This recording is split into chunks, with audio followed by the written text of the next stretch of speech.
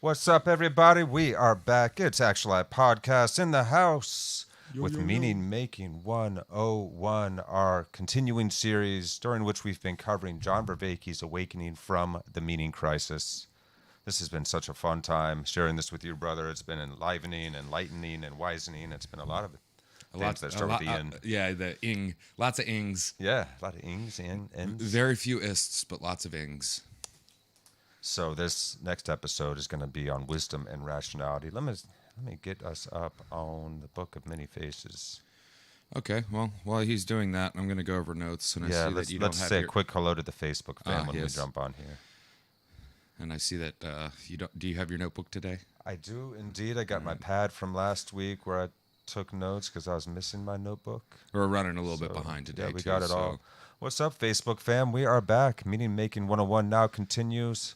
We're going to be following Professor John Vervaeke and his epic lecture series, Awakening from the Meaning Crisis, a series dedicated to what is going on in the world right now, the breakdown, the division, the ongoing sense of meaninglessness that people are feeling more and more and more. How can we solve for this as a species? How can we create a cultural counter transjective movement And that transjective is beyond.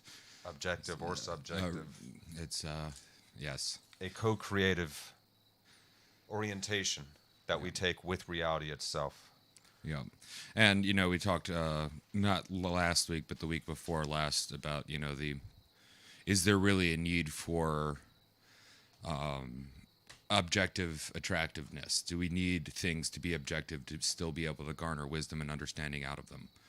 Right, because there's the postmodern argument that, okay, there's no objective value to anything. It's all based off our subjective impression of it. So nothing is real and everything's meaningless, blah, blah, blah, was kind of the postmodern conclusion. But now we're in a phase of postmodernism, or you could say even meta modernism. And in this new epic or time that we find ourselves in, how can we create a way going forward that we weren't able to realize before this point in history? We had to learn so many lessons and we had to get to this level. Yeah, and the phrase that I've been using a lot lately is rescuing the baby from the bathwater. That's kind of this what I'm getting out of this whole lecture series is, as we wash ourselves as a communal species, we regularly have to get rid of, say, the dirty bathwater, the ideals, the philosophies that didn't really pan out in the end. Sure. But within that dirty water is the last thing we washed, and that was the baby, the nuggets of wisdom that's within this dirty water. And we don't want to throw all of it out, like, say, with religion. Going into a segue here, religion has a lot of functions that are a necessity for our understanding the universe and our sense of connectedness with each other. Even, actually religion as a psychotechnology was created so we could have a better connection with each other and with our relationship with the world that we're in. But there's times where, well, and we've seen them, the Martin Luther's response to the Catholic Church was because the Catholic Church, the dogma, the rules, the proclamations have gotten so stiff and tyrannical and controlling and dictatorial. So Martin Luther decided to wash, if you will, to use the metaphor, wash the religion, essentially. But I think, Martin Luther, there was a lot of things that did end up leading to some pretty nasty stuff, and you could say that for all the thinkers and philosophers as well. But it's important to see the baby that's within the bathwater of, say, like what Martin Luther was doing, or even like to a certain extent. And I'm pretty anti-communist and socialist at this point, but certain ideals, like the idea that you don't want people to suffer, and there could be a way that we can work together better than we are working together, is great.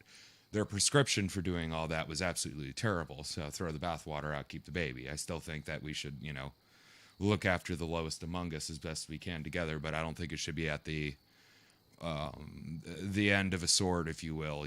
Like your taxes have to pay for it. I think and this has been proven actually in the Great Depression. You know, it was private corporations and the church. Their what do you call it? Charity is what helped the most people. It wasn't the state that did it. So I think, you know, the baby of the bathwater of, you know, the more socialism end of things is charity, but not forcing it, because you can't force charity, because it's not charity at that point, it's theft.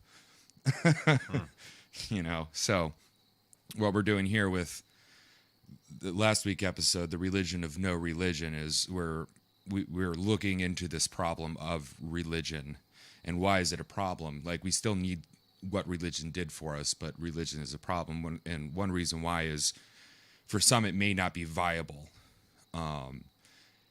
particularly since what we've seen from the 20th and 21st century, and, you know, even previously, you know, like the fanaticism that comes with certain religious ends can be quite repugnant to most. So how do we remove the dogmatic proclamations of religion and still retain the community building aspects of what religion does for us as a species? Absolutism. Yeah, remove the absolutism. Yeah. So we need to Final solution approach that they take with it, because what we always say in our various religious sects, that our way is the only true way. Yeah. This is very common among many different world religions. They're all always comparing and contrasting, competing with one another, and saying that we have the absolute final solution. This is the absolute truth. And you are the others. And we're looking for an open-ended story. Yeah. That's what we need. If the people of the world and their various cultures, all of us reaching towards a relationship with the ineffable, this limitless universe that is beyond us, this incredible, miraculous creation that we find ourselves living in and living as, we have to find a way to reconcile our various viewpoints and beliefs. And that is what Vervaeke is suggesting here, that deep religio, like higher states of consciousness that many of the ancient wisdom schools and religious traditions were actually helping some people achieve, those states, and that's what we mean when we use the term religio, are accessible to all. And we want to... I really lost my train of thought there. I had a great point that I'm I think I can segue back into it. So what Vervaeke is doing is saying what we need is we need a comprehensive set of psychotech that's set within communities of practices. Like, so psychotechnologies, and for any new viewer, real fast, psychotechnology techniques of the mind, techniques of the mind. Language is a psychotechnology, mathematics, so on and so forth, and rituals that religions have given us help us achieve higher states of consciousness. And analogy, and since we find that all of our great traditions are all finding the same conclusion, that here's where I was getting at now. I remember we need to find an orientation. So rather than religion being a mere statement of your belief, just mere proclamations like so and so is the only this or that, we change it to what was the way that Jesus Christ or Buddha, if you will, represents or represented. What was their way of being, the posture that they took towards reality, the orientation they took towards life. And also, that is what we're looking for. That way, the way, like in the Mandalorian, this is the way. This is the way that we're looking for. And we find it that there is agreement and deep congruence on the deepest, most esoteric, mystical levels of all the great world's religions and wisdom traditions. There is an amazing amount of congruence and complementary realizations about how to achieve these higher states, what they are like, and what they're good for. And what we find, and Vervaeke has shown here throughout the series, is that these higher states of consciousness do help us to better attend and ameliorate the perennial problems, the recurring problems that we face as a species and as cultures over the long term, as well as help solve for the historical factors of whatever time we find ourselves in. We find ourselves in at a particularly climactic time in our species history today. So this is it. We're trying to get to the root instead of just continue hacking at limbs like we've been doing. So what Vervaeke is saying that we need to do is what we need to have is a comprehensive set of psychotechnologies that's set within communities of practices that allow for a comprehensive transformation of consciousness. So on the religion that is not religion, we have religio versus credo. So a credo is a I believe statement. grounded in propositional knowing in the having mode, and it's just a willful assertion. And so you end up with, when you're just making, these assertions, what's called creedal dominance. So it's dominance, control, purity codes, us and them, our way is the right way, your way is the wrong way. But what is left within credo when you remove the creedal dominance? Because, the credo is still indispensable, and it's indispensably functional as well. So we need the mythos, like the celebrations and the souvenir sets.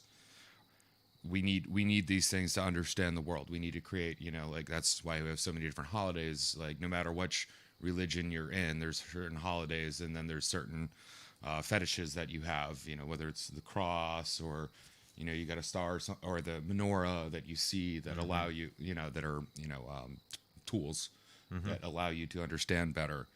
So he talked about signal detection theory, and so we're always facing perennial problems, and we are simultaneously bombarded with too much information and inadequate information that's ambiguous. And it's also ambiguous which is the stuff we need and which is we don't. So then he introduced us to these terms: signal and noise. And signal is information I want, and noise is information I do not want. Not like static, but information I don't want. And he gave the gazelle example. The gazelle hears a noise. It could be a predator, which would be the signal, or it could just be the wind, which is noise.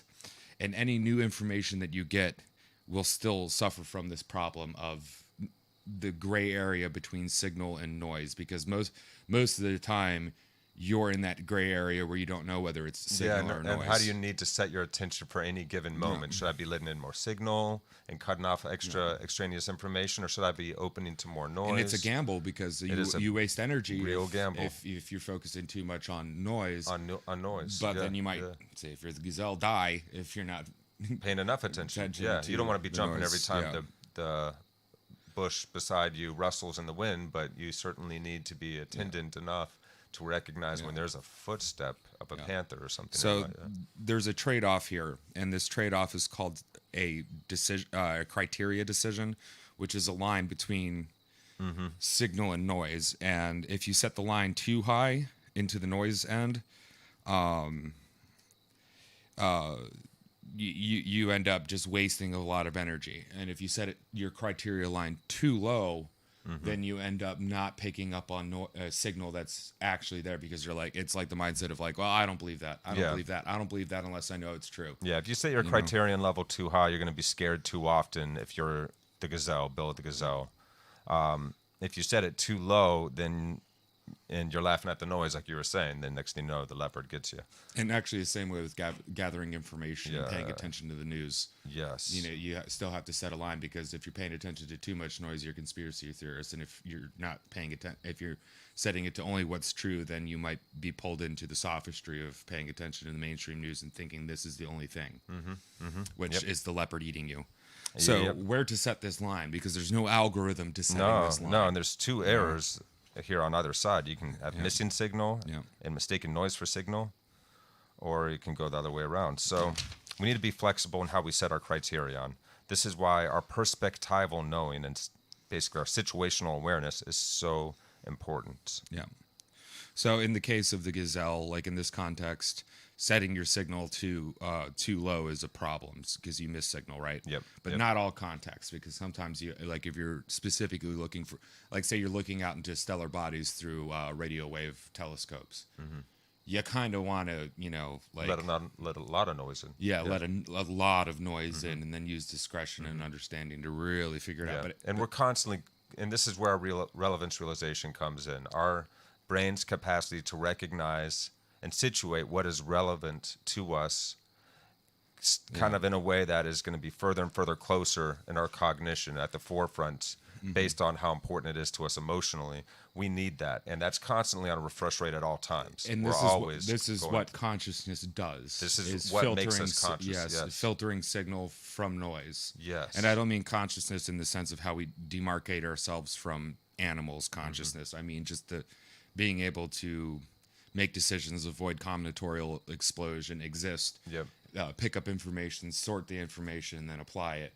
That's right. Even at the most base level, like a slug repelling away from salt, but still, that's a level of consciousness, if you will. Yeah, and let's just say real quick, the reason that we're doing all of this, or that Vervaeke is doing all of this work and all of his other fellows that are involved in this work, is because we are trying to remarry science and spirituality. Yes, yeah, because We absolutely need to take a more rational approach to how we develop our relationship with one another and this universe that we find ourselves in. so So we're looking for that yeah, for that deep the baby go- with and the transcend- the a baby within the transcendence, not bathwater, just man. above, but into reality.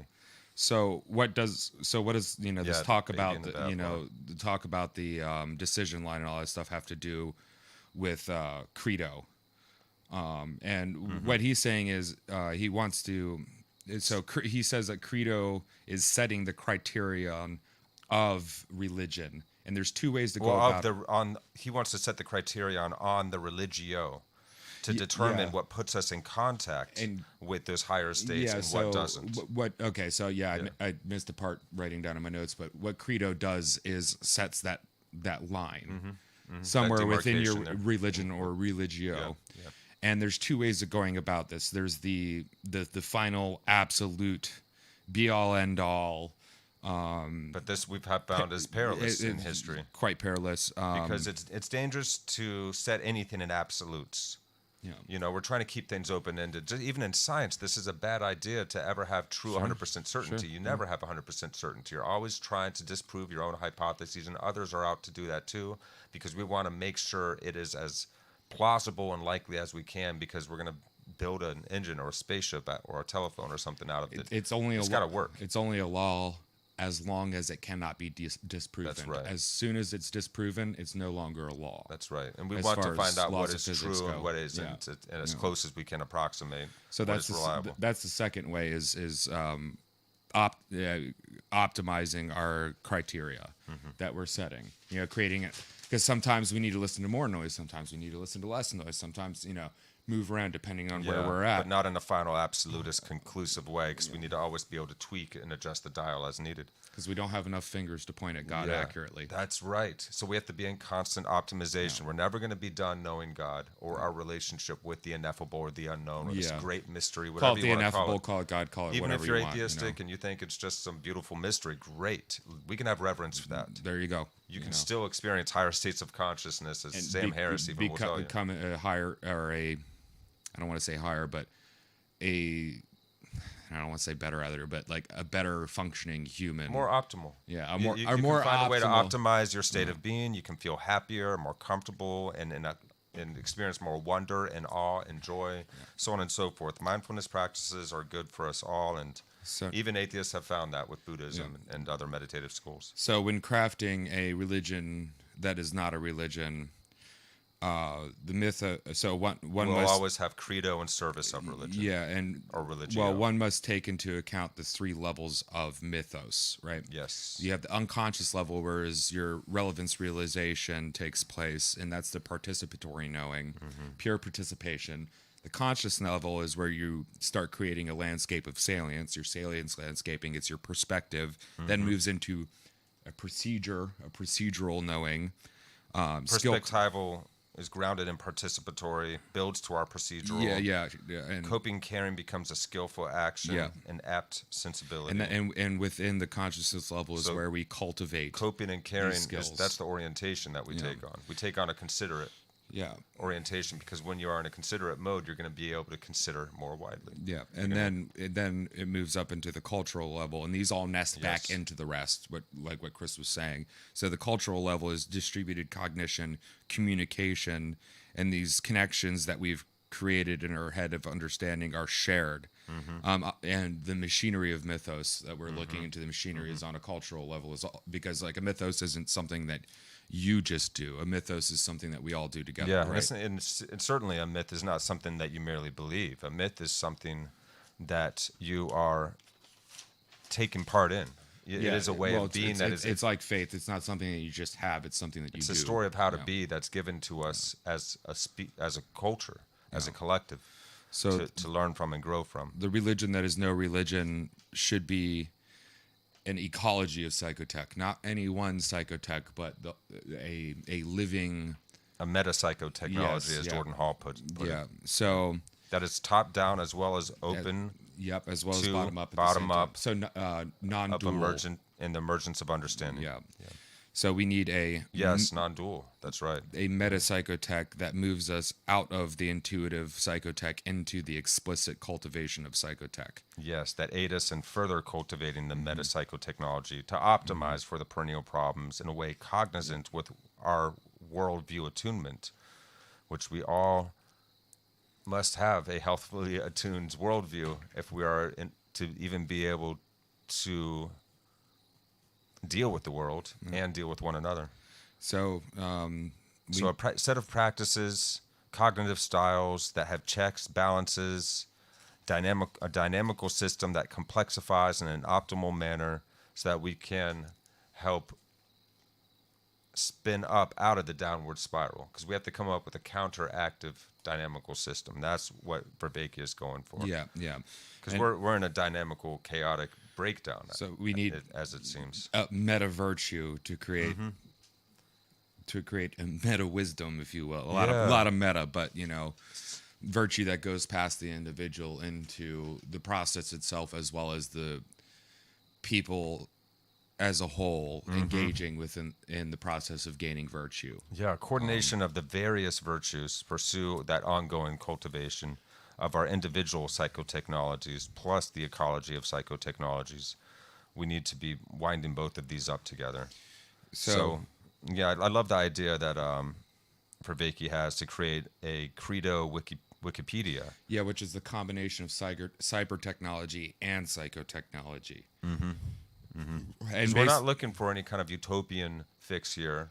We're looking for something that is very careful and cognizant of the dangers of the utopian viewpoint, as well as holding on to our old dogmas so strongly that we are dismissing all other approaches to wisdom and not able to be in conversation. It has to be constantly updating as well, just like Yes. any wiki is. Open-ended.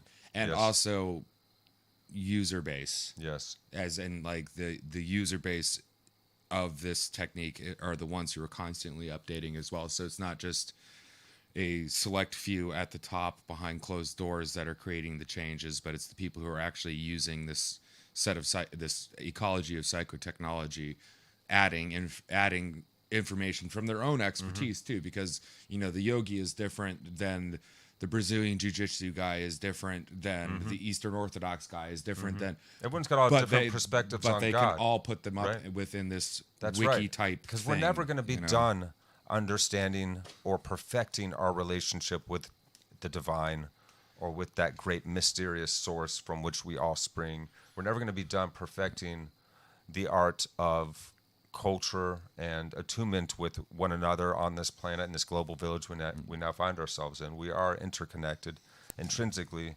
so much so that we might as well learn how to get our various spiritual traditions and the scientific tradition in conversation. Yeah. So in responding to the meaning crisis, there are, I think, 4 things that John Vervaeke set up or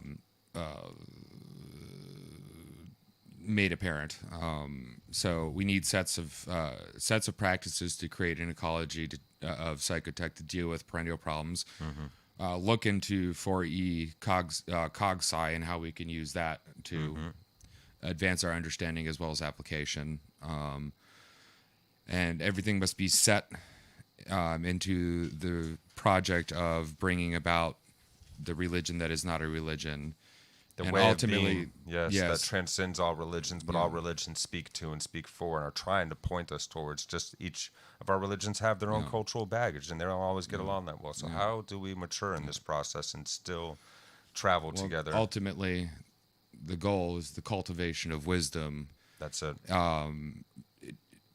needed for enlightenment associated Yes. with, and because we Because need wisdom enlightenment to is resonant with, and wisdom that is resonant with communitas. So a community of people getting together and celebrating wisdom and celebrating their and spirituality, or Well, what are celebrating we at least doing? the sense of wonder We're for trying to life. we're trying to satisfy the need of deep connectedness. Yes. And that's the we root need of that. communitas. That's why we're getting You together. can have and a spiritual practice individually, yourself, on your own, but we need to practice that together in groups. That's what human beings have done for eons. We would dance and sing together, and we would paint and build together, and it would always be for something that was greater than ourselves, that we were all reaching for, that we're going to continue describing our relationship with God forever. So we might as well, just get comfortable with the idea of unconditional love. Because that was the way that Jesus was describing, not just telling us to believe stuff, but telling us to live a certain way. Yeah. So this last little part, I'm just going to blast through my notes real quick. Right on. The Cogsci of Wisdom. So we were introduced to Ian and Barber, 1999. Looked at the whole all the a priori theories of wisdom, whether they're philosophical theories and then psychological theories. So the philosophical theories are top down, from concept going down into empirical, and then the psychological theories are going from empirical up into conceptual. Yep. So these guys were trying to find a convergent theme between both of these types of theories, yeah. in a coherent and systematic way. Because, and there's a little quotey quote here. The core of wisdom is seeing through illusion, self-deception, and into the sense of what is more real. A profound insight, and that can be found across many areas. And then we need to find this across many areas of misinformation to realize how to solve for whole sets of problems in a systematic fashion. And systematically, and see how these sets of problems are systematically related, essentially. Yes. So that's Yes.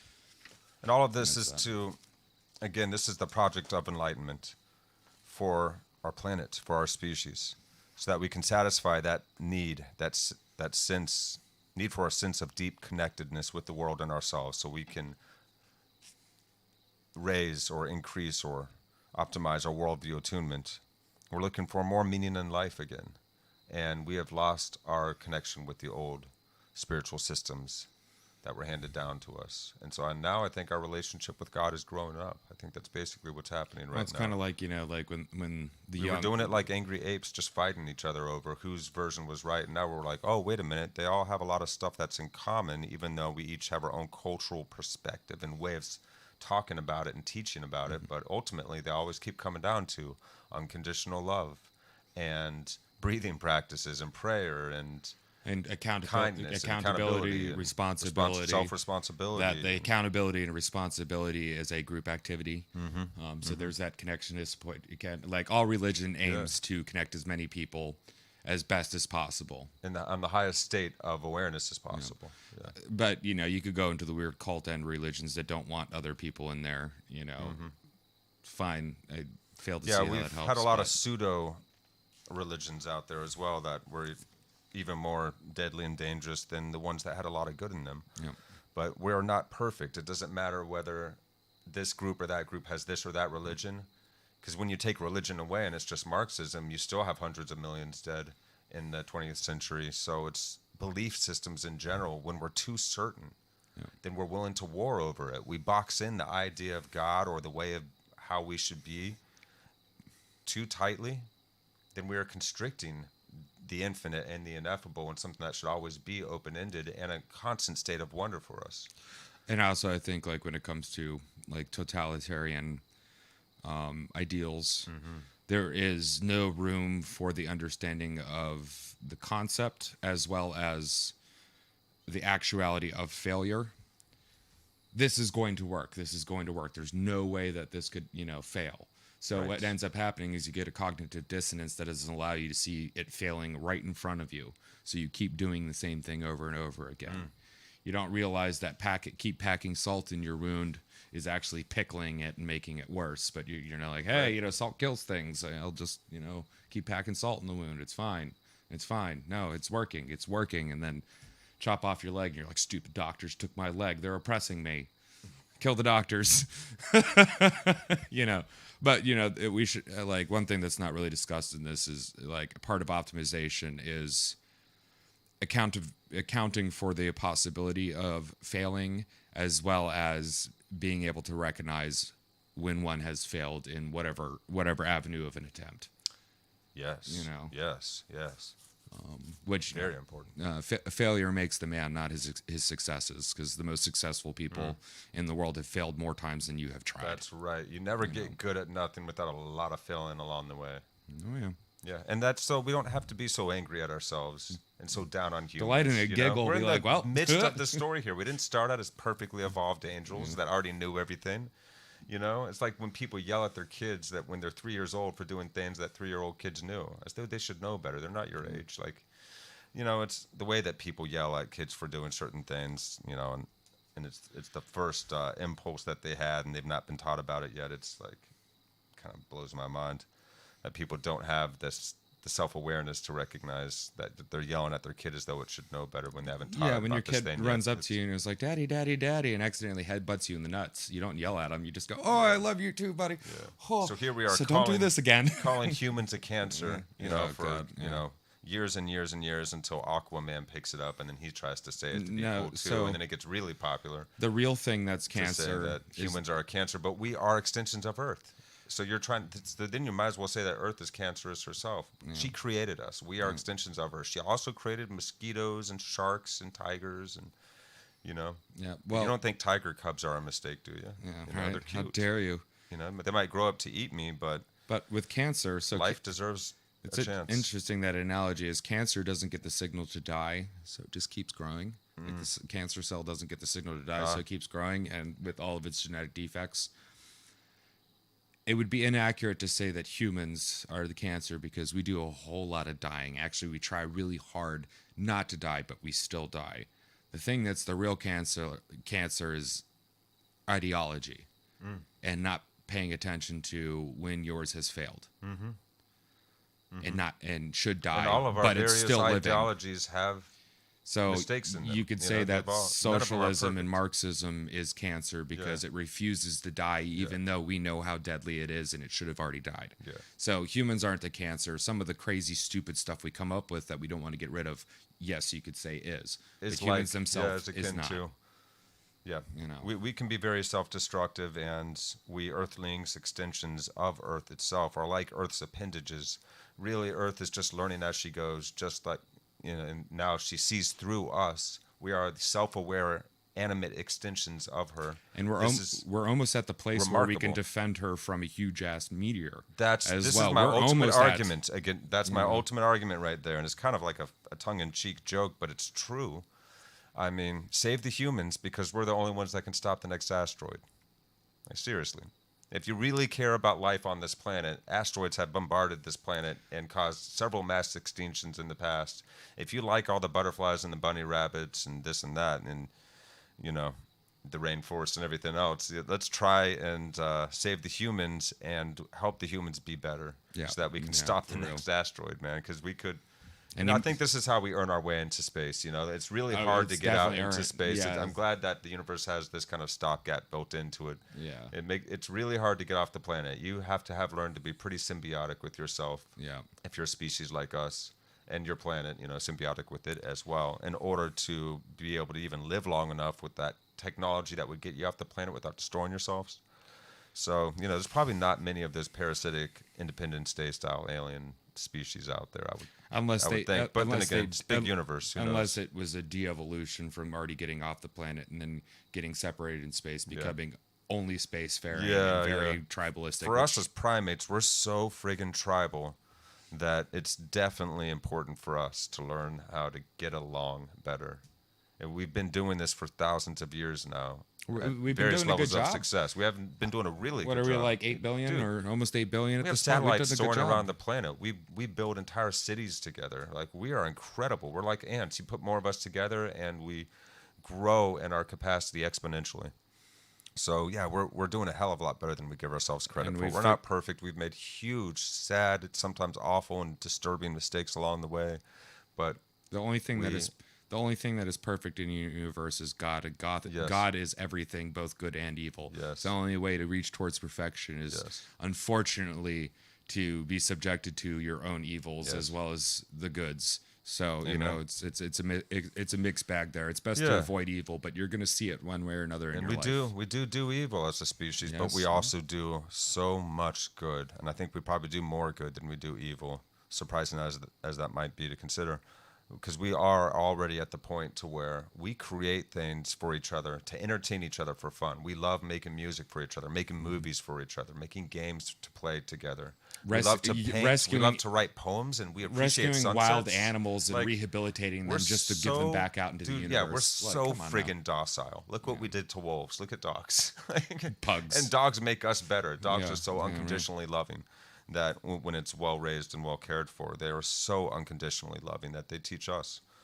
So, anyways, we're going to get on a Yeah. tangent there. Yeah, But keep going. let's jump on in, guys. This is episode 40. It's a watch along. It's a study session. You get to join us. We're not like the great teachers or gurus here. We're just like y'all. And Fellow we're students. learning as we go too. But I found this and shared it with DJ, and it's been life-changing for me. You And badgered me for a year to do this. yeah, Like, man, we gotta do it. We gotta do it. We gotta do it. And then finally, I've made it through like 30 or so episodes at that point, and I was having trouble keeping up with it, and I had to restart the series a couple times because I would start not paying as much attention, and I realized the only way to do this is to sit down and take notes. I'd love to cover this on the podcast about how to do it, and I was like, well, let's do something like this, and then I invited you, and Yep. I'm very thankful that you said yes, man. And one little bit of advice for those that have difficulty taking notes like I do. Take your notes the first time around and then go back like a week later. So what I do right before the show starts is I listen to it on double speed and go through my notes and add any little spots or gaps or just to have it fresh in my head, and that helps re-enliven, if that's a word, re-enliven the material of the notes itself, because the way I take notes is very fractured and only to get my head in that space so I can talk about it, right? Which is really hard to read. When you're reading off, you're like, okay, whatever, but if listen to it double speed or whatever speed you can handle it as, and the words that you need pop out, and you're like, oh yeah, that's where I were. Okay, oh yeah, I didn't realize And that. that starts That's making wrong. sense. Yep. So it's also Yeah, and if you helping guys me aren't, take notes. aren't note takers, I mean, we're definitely doing that for the series ourselves. But maybe the series here is helping you guys. I really hope it is, and certainly write into us on YouTube or on Facebook or Spotify or wherever you're listening or watching, and let us know what you think, anything that we could do better, or any insights or thoughts or questions you have about the series itself. We would love to be able to hear. And the YouTube algorithm share. likes it when you put comments in the comment section. So It does. It helps us reach more people too. If you guys are putting down comments and liking and subscribing, comments especially really help drive that algorithm. And I really do want the series to reach more people. So Yep. yeah, that's Well, a on good that point. note, So let's thank get you in. guys. Let's jump on in. Here we go. It's episode 40 of Awakening from the Meaning Crisis. This episode is on wisdom and rationality. We are diving in. Let's go.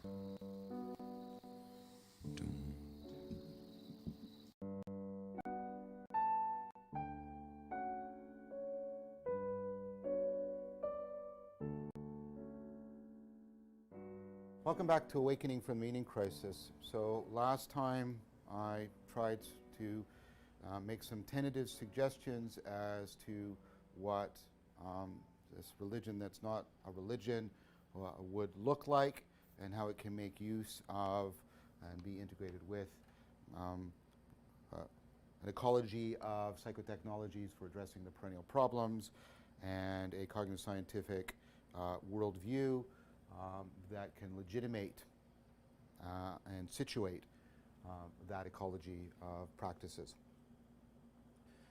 And then I made some suggestions as to the relationship between credo and religio in our determination of our mythos, and the issue of criterion setting. I made, again, another argument for open-ended, in that sense, Gnostic mythos. Talked about a mythos that always puts, therefore, the credo in service of the religio, and that is always directed towards, right, top down, the propositional being ultimately grounded in the participatory, and also affording the emergence up out of the participatory through the perspectival and procedural into the propositional. I suggest in some ways in which we might set up a way of engineering credo, something analogous to a wiki, and create a structure that is a distributed co-op structure facilitated by things like the internet. And so, again, to remind you, I was not trying to offer anything definitive or set myself up in any kind of way. That is not what I want to do. I want to try and help facilitate the people who are already doing this so that they have ways of talking to each other, coordinating with each other, and facilitating each other's development and growth.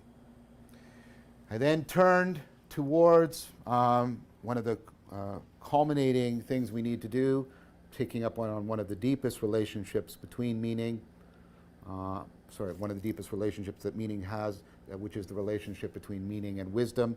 We need wisdom, of course, to, as I've argued, because it's the meta virtue for the virtues, and we need that in order to give the individual pull for the relationship with the collective creation and cultivation of the meta psychotechnology for creating the ecology of psychotechnology. We also, of course, need wisdom before, during, and after the quest for enlightenment, the quest for a systematic and reliable response to the perennial problems. I then proposed to take a look at the cognitive science of wisdom. And we did that by taking note of an important article that comes out sort of after the first decade and a half of the resurgence of scientific interest in wisdom. And that's the article of McGee and Barber. And they're doing something consonant with what we've been trying to do in this series. They're trying to, in a sense, salvage what we can from the philosophical theories, the legacy and the axial age of wisdom, and the psychological theories that were emerging at that time. And then they set them into dialogue with each other, a process of reflective equilibrium, trying to get a convergence between them. And they argued that all of these theories, the philosophical and the psychological theories, converge on a central feature of wisdom. And then following work that I did with Leo Ferraro in 2013, we can sort of expand beyond the explicit thing to what is also said alongside their phrase and also directly implied by their phrase. And so a central feature of wisdom is the systematic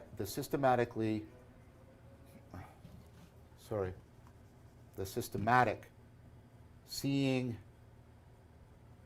through illusion and into reality, at least comparatively so.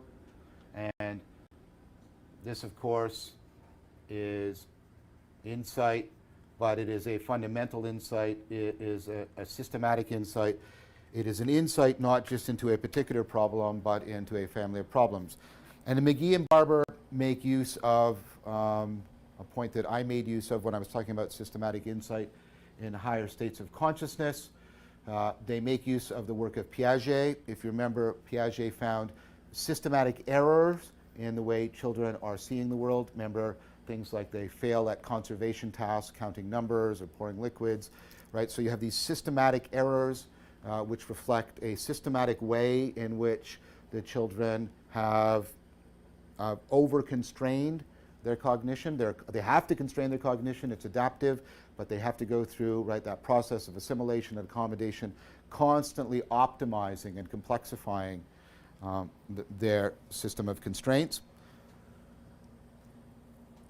But what we see with the children is eventually they get a systematic insight, and we've all done it. We go through qualitative change, qualitative development. There's an actual change in our competence, because it's not an insight into this problem, or this instance where I'm failing to conserve, or this instance where I'm egocentric, or this instance, but it's a insight into failures of conservation as a kind of error, failures of egocentrism as a kind of error, and having a insight that is not just at the level of framing, but at the level of transframing, because it not only is reframing the problem, it is transforming my competence. So it is a transframing insight. It is a systematic insight.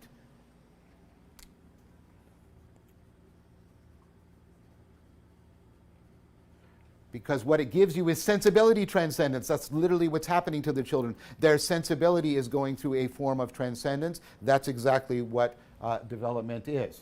And they use that as a way of explaining what they mean. Of course, without realizing it, they're making use of one of the paradigmatic metaphors for talking about wisdom, which is as the child is to the adult, right? The adult is to the sage. Just like the adult has had systematic transframing, gone through development so that in a way compared to the child, they much more systematically see through illusion and into what's real. The sage, right, similarly in comparison to an adult, right, sees systematically through, in a transframing fashion, illusion and into reality. So this is a core constitutive feature of what it is to be wise. And you can see something, and this is not something that McGee and Barber say, okay? But you can see how this is automatically, I would argue, they're not, but I would argue this is automatically, connected to the project of enlightenment in some very important fashion. All right. What are a couple other important things that McGee and Barber talk about? They talk about that wisdom, and this is the beginning of the important distinction between wisdom and knowledge that we've been sort of also making use of throughout the course, that wisdom is not about what you know. Wisdom has to do with how you know it. And there's two senses of how that I want to explicate, that they leave rather implicit, right? There's how you know it is how you have come to know it. What's the processing involved as opposed to the product? So wisdom has a lot more to do with the process than with the product. Knowledge is, right, often the product. Well, this is what I know, and I know this and this and this. But wisdom is, how am I knowing? How am I knowing, right? So definitely that. And that's going to be pivotal and that's going to immediately link wisdom to rationality. Because one of the key features of rationality, I've mentioned this before, we're going to come back to this, the work of Stanovich, is a rational person is not only fixated on the products of their cognition, they pay attention to and find value the processing of their cognition. That's what it is to be rational. Right? So that's one aspect of what they mean by the how.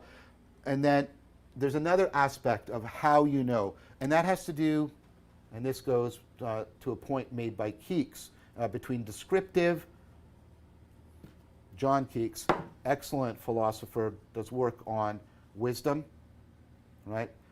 But Keeks makes a distinction between descriptive knowledge and interpretive knowledge.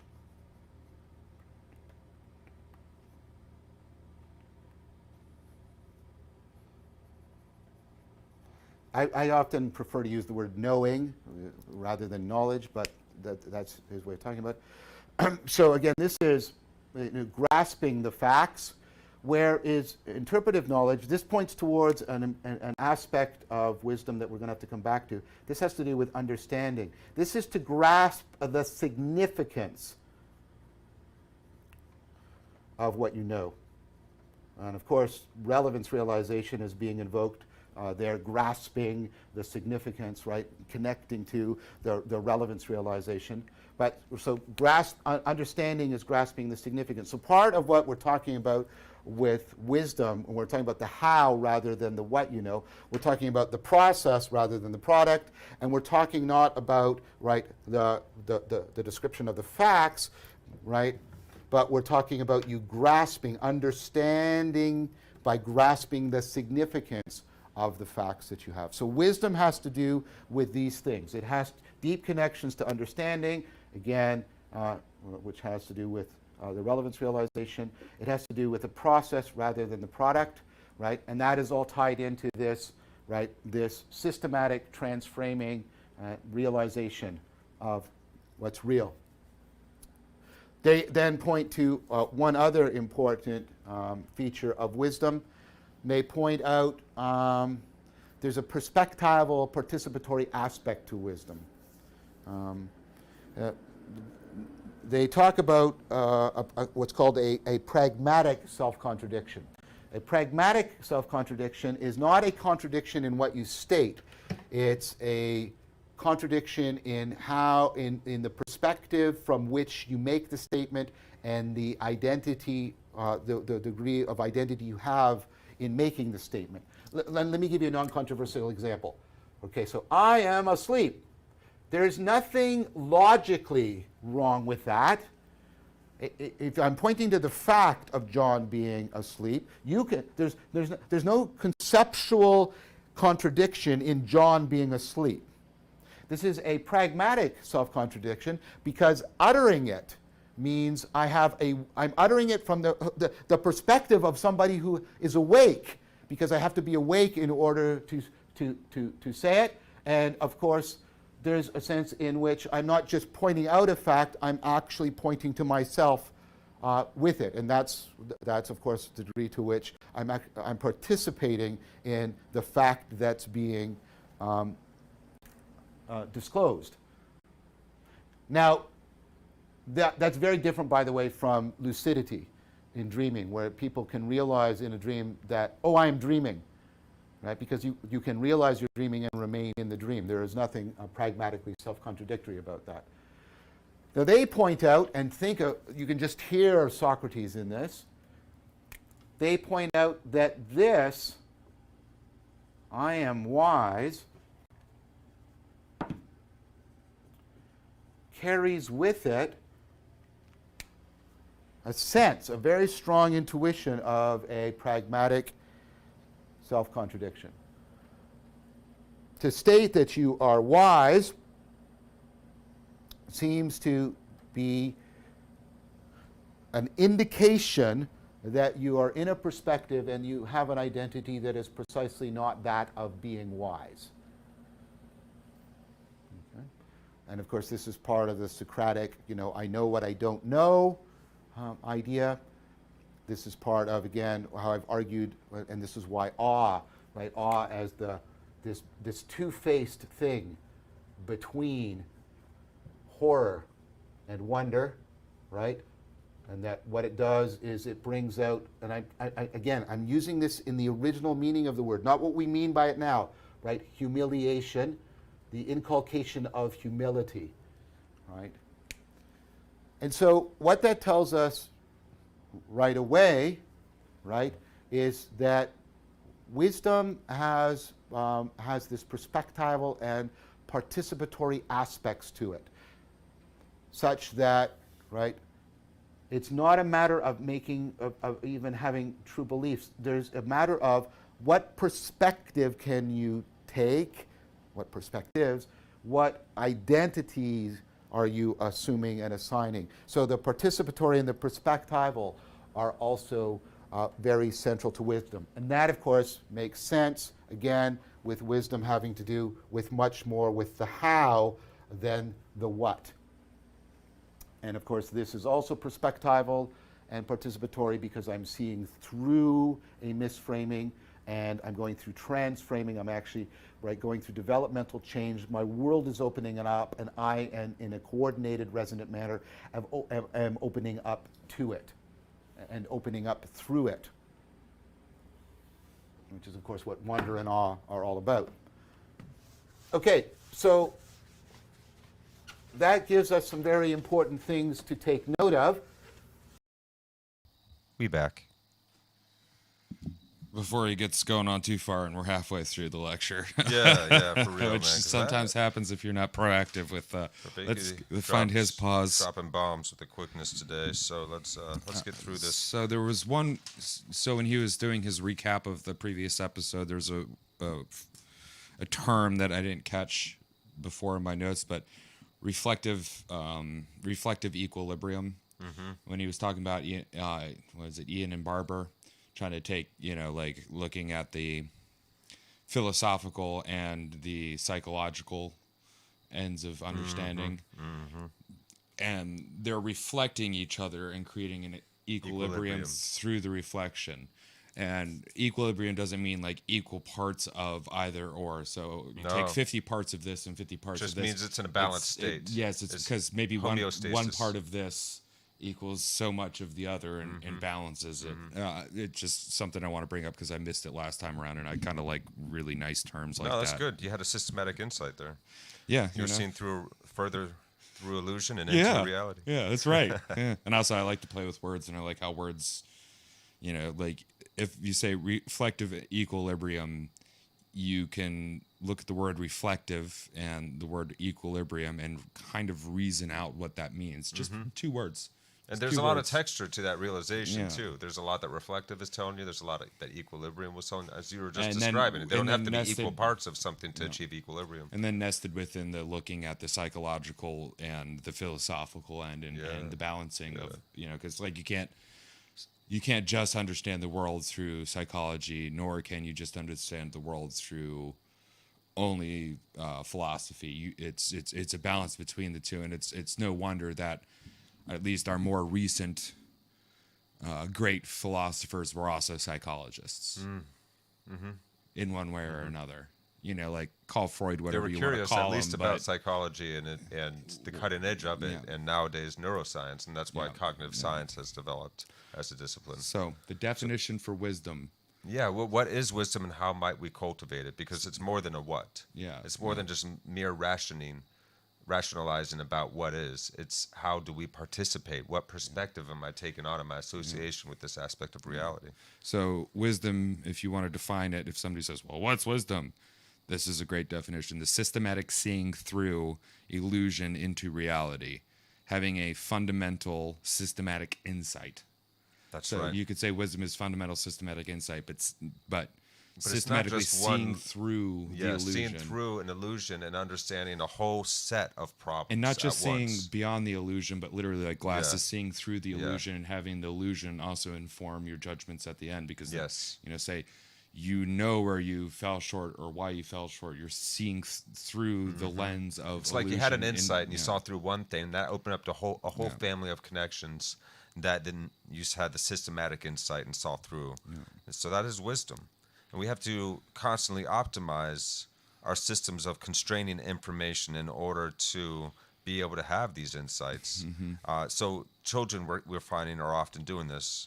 Yeah, this is what he was talking about in the beginning. The systemic errors that all kids have that is ingrained into our biology, which he gave the example previously of the conservation experiment, which is you take 2 different shaped cups that hold the same volume, but they're different shapes. Like one is tall and one is fat, and say the tall one is where the water starts, or you have another one and you fill up one, and then the same amount of water exactly in another cup fills up the other one, and then you ask the kid which one has more. They're going to go with the taller one because taller, they don't more. Understand volume yet. So that's a systemic error that we all have, and then eventually, as we grow, we have an insight into that error. Yes. Or no, excuse me, not into, and then but we understand, through that error.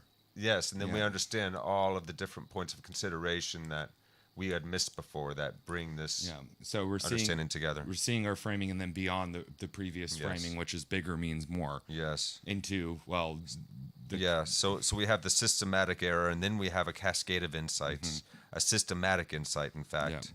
That is at the level of our trans framing, so not just our subjective framing or sense objective of framing, objective framing, but something that is both and that is beyond and both at once. And that's where that child is. And A that child grants- is to an adult as the adult is Yes. to the sage. Yes, that's what grants us our sensibility and our sensibility transcendence. So we train our sensibilities through these systematic insights. Yeah.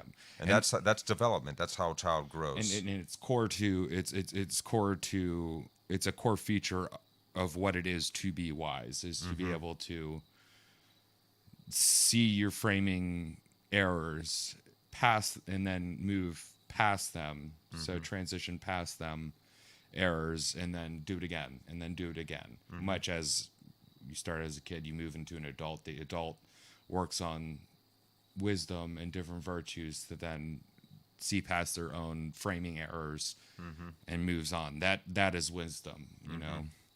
And we really are, as childs, are to adults, to sages Yeah, ourselves yeah. when we are adults. And it's, I wonder how long it is before they start going after the sages and the wisdom teachers. They're already Because right doing now it. they're going after the Everybody. comedians and fellow journalists that are politicians, journalists, lawyers, comedians, anybody who said something you don't like. And for people who that want goes you against stupid, the corporate approved and signed off and manufactured narrative. all right. Well, and that gets us back to the sophists. Of Yeah, way back really. when. But Yeah. so Ian and Barber, wisdom is not what you know, but how you know. How you know it. So what you know, but how you know it. It's How the have you process come to know it? more than the yeah. product. What's the process that you went through to know it?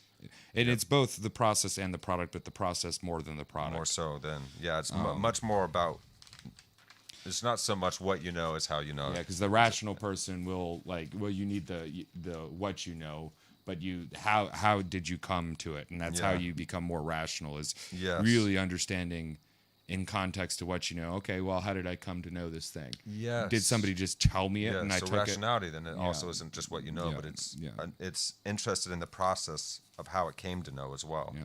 to find if there's any errors or what was working. So understanding is to grasp the significance of what you know. That's when you really understand something. Yeah. So we can see how wisdom is understood then as a process, not a product. It's how we grasp significance, a sense of significance to build our salience landscapes of what's important to us in our cognition, Right, significance, what's signal, important to us in the world. Yeah. signal, significant. Yeah, I don't know there if you it's the go. same, but hey. So talked It's- about this gets us into the transframing of what's real, and this really made me think of the yin yang, and not saying that anything has to be only one thing. It's got to be an either or situation with every challenge or problem or debate, right? But what if it is sometimes both and or and And, well, both or both and then well actually that's what both and means. So both and whatever is beyond both and of the considerations that we have yet to understand. So- So it's never either or. It's always a both and with ends. And that gets into the types of knowledge / knowing that we have. You have descriptive knowledge or knowing, which is your facts. You grasp the facts, and then there's the interpretive, which is the processional, the process end of understand. So you're understanding, you're grasping the significance of what you do know and interpreting it. Man, more bugs are getting in here. Oh no, that's not the bugs. We have That's visits something from the outside. beetle again. Live out in the country. And then you have your perspectival participatory knowing, that pragmatic self-contradiction. When we recognize a pragmatic self-contradiction, it's like I'm participating in something that doesn't make sense. It's that realization. Yeah, and it's less about the statement, but more of the identifying with the making of. Yes, I've been identified with this idea too. Yeah. So now you're having that realization, the perspectival and the participatory realization. Yeah, so That's essential to wisdom I am asleep. Well, you can't say that while you are asleep. while you are awake. So or there's while you're asleep, yeah. a contradiction right there. You got to be awake to point at yourself. To be able to say To I say, am asleep. I am Yeah. asleep, and Yeah, well, so it's a pragmatic self-contradiction. There's nothing necessarily irrational about it. But it is a self-contradiction. yeah. Yeah, and to say that I am wise would be a pragmatic self-contradiction as well. It's an indication that one is holding on to the identity of being wise. Yeah. So that's why mindfulness is so helpful for us, because it helps us catch us in our ego games. But wisdom also does still have that perspectival and participatory end, even if it is, Central just the to most wisdom. most basic statement of I am. Still, you're not going to be able to get out of that. That's right. perspective But you can always ask yourself, what perspectives am I what perspective am I taking I right am? now? How can we Am I? participate in this? How am I? Yeah. Or yeah. how? So that little mantra I've always had. And wonder, and wonder in a way that I you're not am? like necessarily looking for information. You're just open with curiosity, like when you were a kid and you were looking at a leaf or an ant under a microscope, kind of thing, just for sheer curiosity. Because then you're not loading yourself with any kind of preconceptions. Yeah. You're fully open to whatever information comes in, and you don't have to believe any of it. You're just totally considering anything and everything that you can possibly take in. And so that's how we widen our framing, and then we can narrow it back down. Yeah. And so we're constantly getting a tighter and better fit on reality to acclimate ourselves to it. Yeah, so I guess wisdom is about what identities are you assuming and moving through your framing. And how are you transferring. moving through? Yeah, And- how are you and- moving through it? Yeah, because you're always going to have an identity one way or another, because say in this case, I identify as a student, I identify John Vervaeke as the teacher. I'm sure he identifies himself as some type of teacher or presenter, slash constructor slash co-constructor or whatever. So there's always going to be some type of identity, Guide, but mentor, but the goal is to be moving constantly through not just opening it up to, but opening it up through. Yes. Yes. And so same thing with your errors. You're not just getting past your errors. You're opening up through and realizing through the errors. You're Systematic so insights. so your error framing, you look through that and you can see the error within the framing because you're looking through it to see what's actually past there. This is going to help us build safer AI. You can see how this will help us. Yeah. Understanding how cognition works all the way down to these nitty-gritty details is going to be very helpful for us when we're tuning the new generations. So seeing through framing this just popped into my head. So imagine you have a little square with an opening in the middle. So it's just the frame of a square, and it's 1 inch. And if you hold it all out here, and you're like, that's that, and everything that's in that, hold it at arm's length. Everything is in that is what it is. Okay, well, there is a framing error there because you can take that square and move it up to your eye and then see the entire world through your eye. And you're also holding it. But you're literally Where are you? you're moving the perspective through it, and Yeah. now you don't see the framing anymore. You've moved, and now you can see. That's exactly what bigger you're doing framing. when you're in. Yeah. When we meditate, it's normal for us to have thoughts. The point isn't to stop the thoughts; it's to stop identifying with the thoughts of anything. So, like you were saying, you are your awareness. You notice a thought come up in your mind. Well, look at the thought, or the emotion, or the sensation, then whatever let it move. data is arising in the processing of your mind that is coming into your awareness. Just notice it, and look at it in a way that allows you to see it without a judgment or Well, and as you scale You know? down, that frame gets smaller and smaller and smaller. yeah. And then you see another one, and it gets smaller and smaller and smaller. Whereas when you're scaling up, you're going to see through, and then when you're scaling down, it's moving your glasses further. Now you can see the glasses. Now you can. You're see remembering your that hand. you were seeing through a frame when you take the glasses Yeah, off too, so- just like when you look at your thoughts in the state of Well, meditation. that's why last episode when he was talking about we need a set of practices and psychotechnologies and practices and psychotechnologies that go both scale up and scale down, both up and down. That's because right. Not you got just- to be doing this to find your focus, not right? just meditation alone, but also communitas Yeah. and contemplation, individually and as a group. And so it's that, and then there should be a movement practice because we realize that Yeah. our whole neurology is we are a The bioeconomy. movement practice with allows us that to do is both at the same relating time. with the mind. So You know. it helps us to do both at the same time with other people as well. Then when you Maybe- add other people into each one has a solo element and then a communal element. Maybe that's what like our fixation with like walking gardens and stuff is like. You know, and sports and you church could like and- a walking garden is somewhere you go with somebody with just the intention of walking, just enjoying. and that it. would be you're contemplative and you're Yeah. contemplating. But if you're walking by yourself, now you're meditating, but you're doing it through the same motion of the walking, much like the breath. And the breath is an analogy. Yep, and you can for even some- meditate together and contemplate together. Sure. You know, Yeah, as well. yeah. So it's that's Yeah. these are the main branches of a way that is not any one religion's, but complements and Well, we're is looking spoken of in all we're great looking for religions. wisdom, and that's one thing. One of the things that religion does, for regardless us, of what yep. religion is, help instill the virtue of wisdom within us, as well as a lot of other virtues that help us garner more or gather it's more what wisdom. humans are doing in the various religious systems that we've developed, the thousands of different systems we've developed, regardless of which one anyone thinks is the right one. Yeah, I think God is a lot bigger than we think. it's a lot bigger than I I am. mean, we forget how clever and creative he is.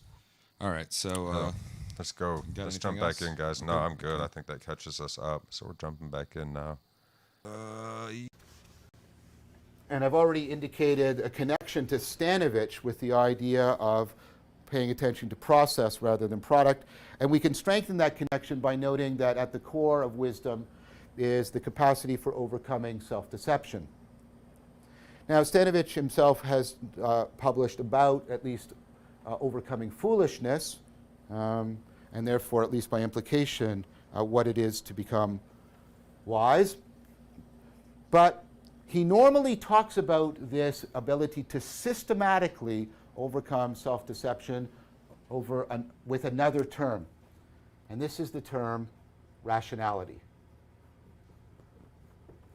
And throughout, I've been proposing to you that part of what we need to do to rehabilitate wisdom is we also need, in a coordinated fashion, to rehabilitate what it means to be rational. Rational cannot be reduced to, cannot be equated to a facility with syllogistic reasoning. Okay? Rationality cannot be reduced to logic. So, let's broaden the notion right away and make it connect to what we're talking about, which is what we mean by rationality is a capacity to overcome self-deception in a reliable manner. So what I'm going to mean by rationality is reliably and systematically. What I mean by those in a sec. Overcoming self-deception. And this is also in a lot of the work on rationality, especially by people like Stanovich, and also affording flourishing, which is afforded by some process of optimization of your cognitive processing. Okay, what I mean by reliably, it can't operate according to a standard of perfection, completion, right, certainty. Reliably does mean, though, that it has a high probability of functioning successfully. Systematically means it's not operational just in this one domain. So let's compare rationality with expertise. Okay? I can become an expert in, let's say, tennis. I'm not. This tennis won in, I believe. My dysgraphia is bad today.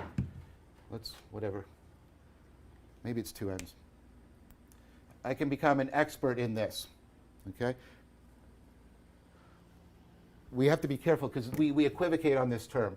There is one in which it's something that we can study, and one in which this is just a synonym for being good at something. Okay? I'm not using it in that sense. Okay? I'm using it in the sense in which it makes sense to say somebody is an expert in tennis. They have acquired a high proficiency in the set of skills such that they have an authority about tennis playing. Okay, that's what we mean. You can become a legal expert, etc. Okay? So, the person, there is two ends in tennis. My brain is settling down. Okay? Or in the law, for example, to become a legal expert. So, what happens in expertise is precisely this. You find, right, a domain, a bounded domain that has a reliable set of very complex, very difficult, but nevertheless reliable set of well-defined, right, or at least well-definable for you eventually, set of patterns and problems. You know it's expertise precisely because it doesn't transfer. My expertise in tennis won't transfer even to things that are close. In fact, it will interfere with when I try to play squash. My expertise in golf will interfere when I try to play hockey. Okay? That's not only does it not transfer, right? It will often interfere in transfer it even to things that are relevantly similar to your area of expertise. Now, this is a way, again, in which we have to pay more attention in ways in which we can bullshit ourselves. Because we often confuse, right, because we don't pay careful attention to how we're using similarity, we often confuse people's expertise. What do I mean by that? So here's somebody who's an expert, for example, in a particular domain, maybe in physics. They have expertise there. And of course, physics is about knowledge and about getting at what's real. And so that seems to be similar to, philosophy, right? And so presumably somebody in physics can therefore just transfer their expertise to philosophy and just make pronouncements about philosophy and metaphysics, perhaps pronouncing that philosophy is dead or useless or some such thing, which of course itself is a philosophical statement and pragmatically self-contradictory. And if we don't pay attention to this fact about expertise, we may fail to see that the similarity between physics and philosophy may actually be good reason for believing that these people are the worst people to listen to for philosophical advice, because their expertise in physics may be in fact interfering with expertise in philosophy, for example, at least academic philosophy, just the way that expertise in tennis actually interferes with you trying to play squash. Okay? So, expertise is not systematic. It is limited in its domain. Rationality is supposed to apply within, it's supposed to be apt within each domain and apply across many domains. Somebody, right, is rational if they can note self-deception when they're doing, right, their daily life, where they're doing their professional work, where they're engaged in friendship, where they're engaged in romantic relationships. Okay? So, and this is an important thing to remember, rationality is in this sense a domain general notion as opposed to a context specific. Expertise tends to be a domain specific. Now, of course, this is a continuum. The more systematic somebody is, the more rational we can claim them to be. Somebody might be very rational in a couple of domains and irrational in others. So, on balance, they're not that rational of a person, right? And of course, I'm not claiming that everybody is rational in the domain general way. I'm claiming that that is the achievement that we are aspiring to. So, rationality is to reliably and systematically overcome self-deception also affording flourishing optimization. So you optimize a set of procedures for achieving the goals you want. But, and Stanovich doesn't talk enough about this. Other people talk about this when they talk, like Agnes Collard when she talks about aspirational rationality. Part of it is also, as you start to optimize your cognition, it will also tend to shift and change the goals you are pursuing. So the goals also tend to come under revision as we pursue this reliable and systematic overcoming of self-deception and the attempt to optimize our functioning so that we can afford flourishing. Okay. So given that that's what we're talking about, we can then take a look at Stanovich's work and other people's work. And the way to do this is to situate it within the cognitive science of rationality, and that is to take a look at the rationality debate. Okay, so the rationality debate was driven by a whole bunch of experimental results that seem to show that human beings are irrational. Okay? And how that works is, I mean, this is, I'm not going to go into this in great length, and I recommend you read Stanovich's work. I'm just going to show you a couple of examples of the kind of experiments you do, and then show you the features of them. So you give people certain problems to solve, and then you will note certain things about how they solve them. So here's one problem, right? So here's a, right, here's a pond of water, right, and I'm covering it, right, there's lily pads growing on it. It starts with one lily pad, and every day the lily pads double, right? So on day one there's one, day two there's two, and so forth. Every day the lily pads are doubling. And then I tell you, on day 20, the surface of the pond is completely covered. On what day was the pond half covered? And people say, oh, on the 10th day, halfway through, it's half covered. No, right? On day 19, the pond is half covered, because on day 19, I'm halfway, right? Oh, you have to ask yourself, right? On day 19, I was halfway towards being, right, full, because doubling of half is what gets me full. So it's on day 19 that the pond was half covered by the lily pads. Now what's interesting here is notice how there's machinery like your insight machinery. There's machinery that's making you leap to a conclusion. It feels like an insight, but it's actually causing you to misleap. And we talk about this. You're jumping to a conclusion that's actually incorrect. Now, please note that, how that adaptive machinery that often causes you, right, to have an insight is actually thwarting you in an important way. So people reliably fail on this kind of thing, right? This kind of task. Or you can give people this kind of task. You can get them to, you give a preliminary test and you find propositions that they strongly agree with or strongly disagree with. So let's say that some person strongly believes B. Well, you know, I'm not taking a stand here on this particular issue, right? They may, they strongly believe that abortion is wrong, or they strongly believe that capital punishment is wrong. Now what you do is you give them two situations.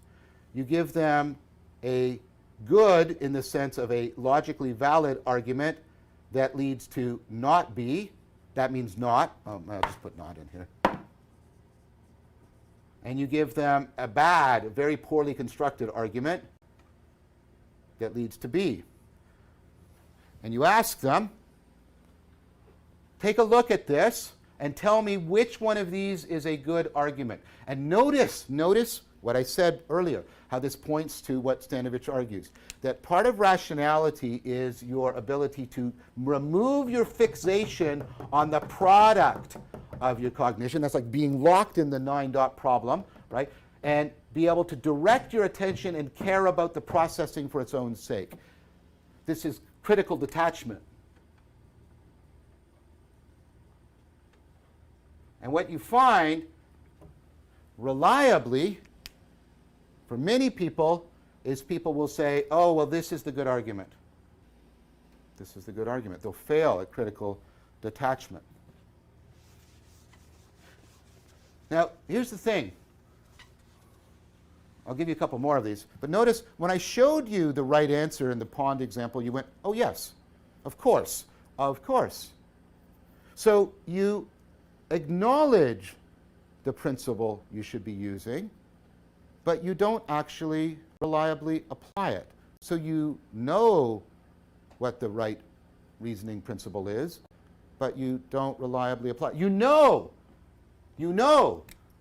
that I should be able to independently evaluate an argument, independent of what it leads to. Because if I can't do that, then there is no rationality possible. Because if you can't independently evaluate the argument, then you can't use the argument to evaluate the conclusion. And therefore, I could never persuade you by argument. So you know that you should evaluate the argument independently from the conclusion, but we reliably fail to do that. Do you see what the pattern is? We know what the principle is. We acquiesce in it when it is stated to us, but in experiment after experiment, we reliably fail to do it. Let me give you one more example. There are so many of these. Look up the conjunction fallacy. Look up confirmation bias. Look up the Wason selection task. Some of you can read some of my work elsewhere. I'll give you one more example of this just because it's, again, so interesting about this. Right? So here's a principle we all acquiesce in, I believe. Because whenever you ask people, they say, yes, yes, of course. That's the rule we should be using. Here's the rule. So I've got some evidence, and the evidence is the basis for my belief. Right? And then if the evidence is undermined, I should change my belief. Right? Of course. Right? Now, of course, we can have disputes about what counts as evidence, blah, blah, blah. But that principle, right? Right? If the evidence for my belief changes, I should change my belief. Now, the problem, of course, with testing that experimentally is your beliefs are based upon all kinds of background evidence and information you've got. So testing it in an experimental situation is sometimes difficult. But this is what they did in an experiment, right? So what you do is you try and create a belief just in the experimental situation. So you're trying to create a new belief in the person right in that experiment. And so the experiment is actually the place in which you're providing the evidence. So what did they do is they brought a bunch of people in and they told them about this important skill that they wanted to see if they possessed, which is the ability to detect authentic suicide notes. Many of us have no experience with this, and so that's why it's plausible, right, that this is going to be a situation in which a new belief is going to emerge. So the idea is I'm going to give you a bunch of notes, and you have to be able to tell me which ones are authentic and which ones are fraudulent. And this, of course, is a very valuable skill because it can help, with first interveners. It can help prevent real suicide. It can help us determine people who are just faking it, or et cetera, et cetera. And so what you do is you give people a bunch of notes, and they make their judgments. I think this is real. No, I think this is fraudulent. And then you, of course, give them feedback. Oh, yes, that's right, or that's incorrect, right? And then what happens is, right, you later reveal to people the following thing has happened. People were randomly assigned to group A, randomly assigned to group B. If they were in group A, they were told they were very good at this task. If they were in group B, they were told they were very bad at this task. Of course, there's going to be a group C, which is the control group, and it's just going to be neutral, and you're going to use them as a control. And I'm not going to go into that because that's just good experimental design, right?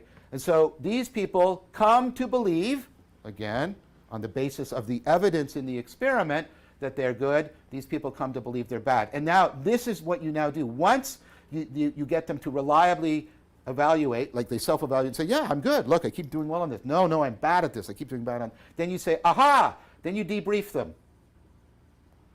right? And you show them that they were, right, they were only getting the feedback completely randomly. You show them two things. All of the notes are fakes. All of the notes are fakes. None of them are real. And you were given the feedback only on the arbitrary, right, on the arbitrary factor, the completely random factor that you were just assigned to group A or group B. What that means, right, is the belief that you are good at this or bad at this should be completely undermined, because the evidence for it, that these are real suicide, some of these are real suicide notes, and that I'm getting the feedback based on my performance, has been completely undermined. Right? And now you give people a bunch of distractor tests, so they're doing other things, right? And then you come back and ask them, okay, but how do you think you would do on this in real life? These people reliably report, I'll be bad at it. Oh no, these people, I'll be good at this. Or you ask them, how would you do on a task very analogous to this? How you'd be able to distinguish between fraudulent and legitimate marriage proposals, right? Something like that. And these people say, oh, I'll be really good at it. These people say, I'll be really bad at it. This is known as belief perseverance, belief perseverance, that people maintain the belief even though the only evidence for it has been completely, directly undermined in front of them. So once again, what do we see here? People acquiesce in a principle. They say, yes, this is the principle. Notice my language. I should use. I acknowledge and accept that I should use the principle, that if the evidence is undermined, I should revise the belief, and yet they reliably do not do that. So again and again and again, you get all these experiments, and there is a lot of them. I've just given you 3 examples, and there's like 15 kinds of experiments you can run, and tens, sometimes hundreds of versions of these experiments, right? So people acknowledge the principle, and then they reliably fail to engage in it. So they suffer, notice my language here, from systematic illusion, systematic self-deception.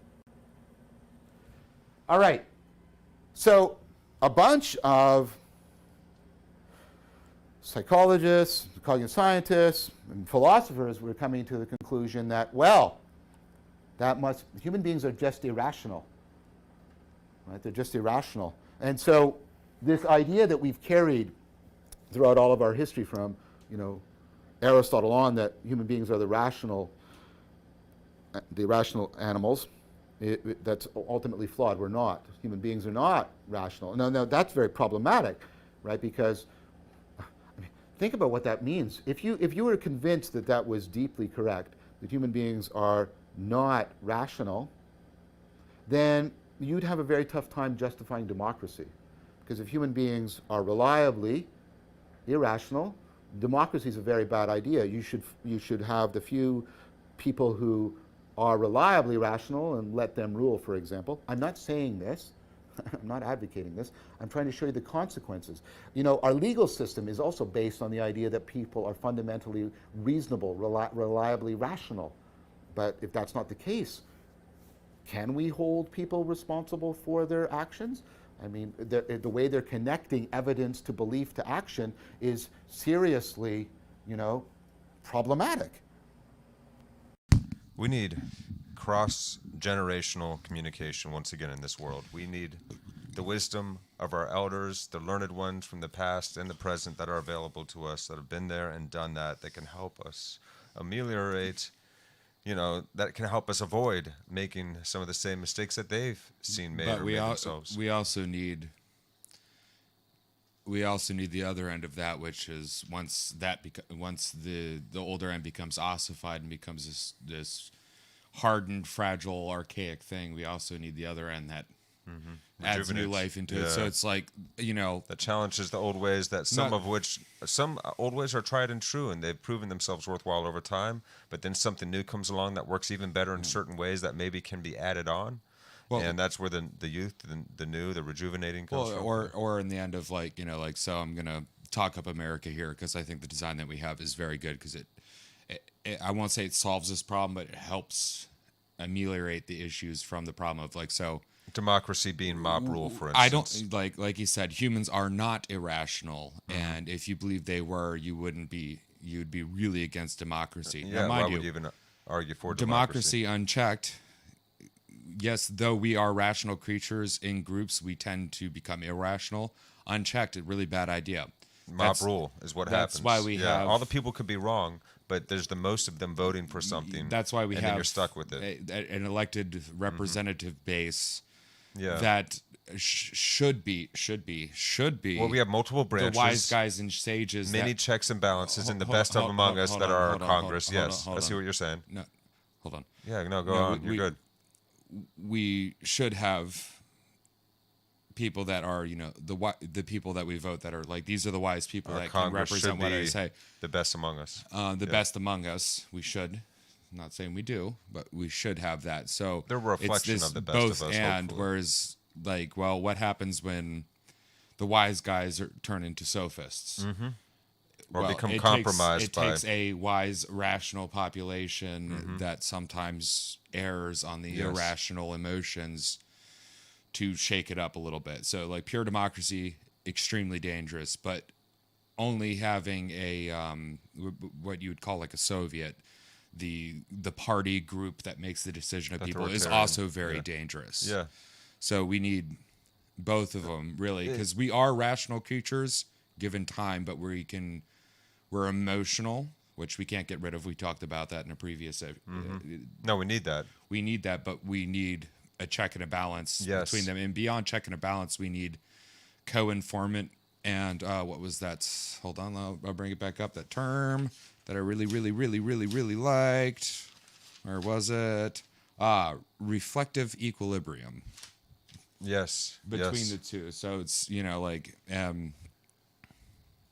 A constantly reinformed, optimized equilibrium.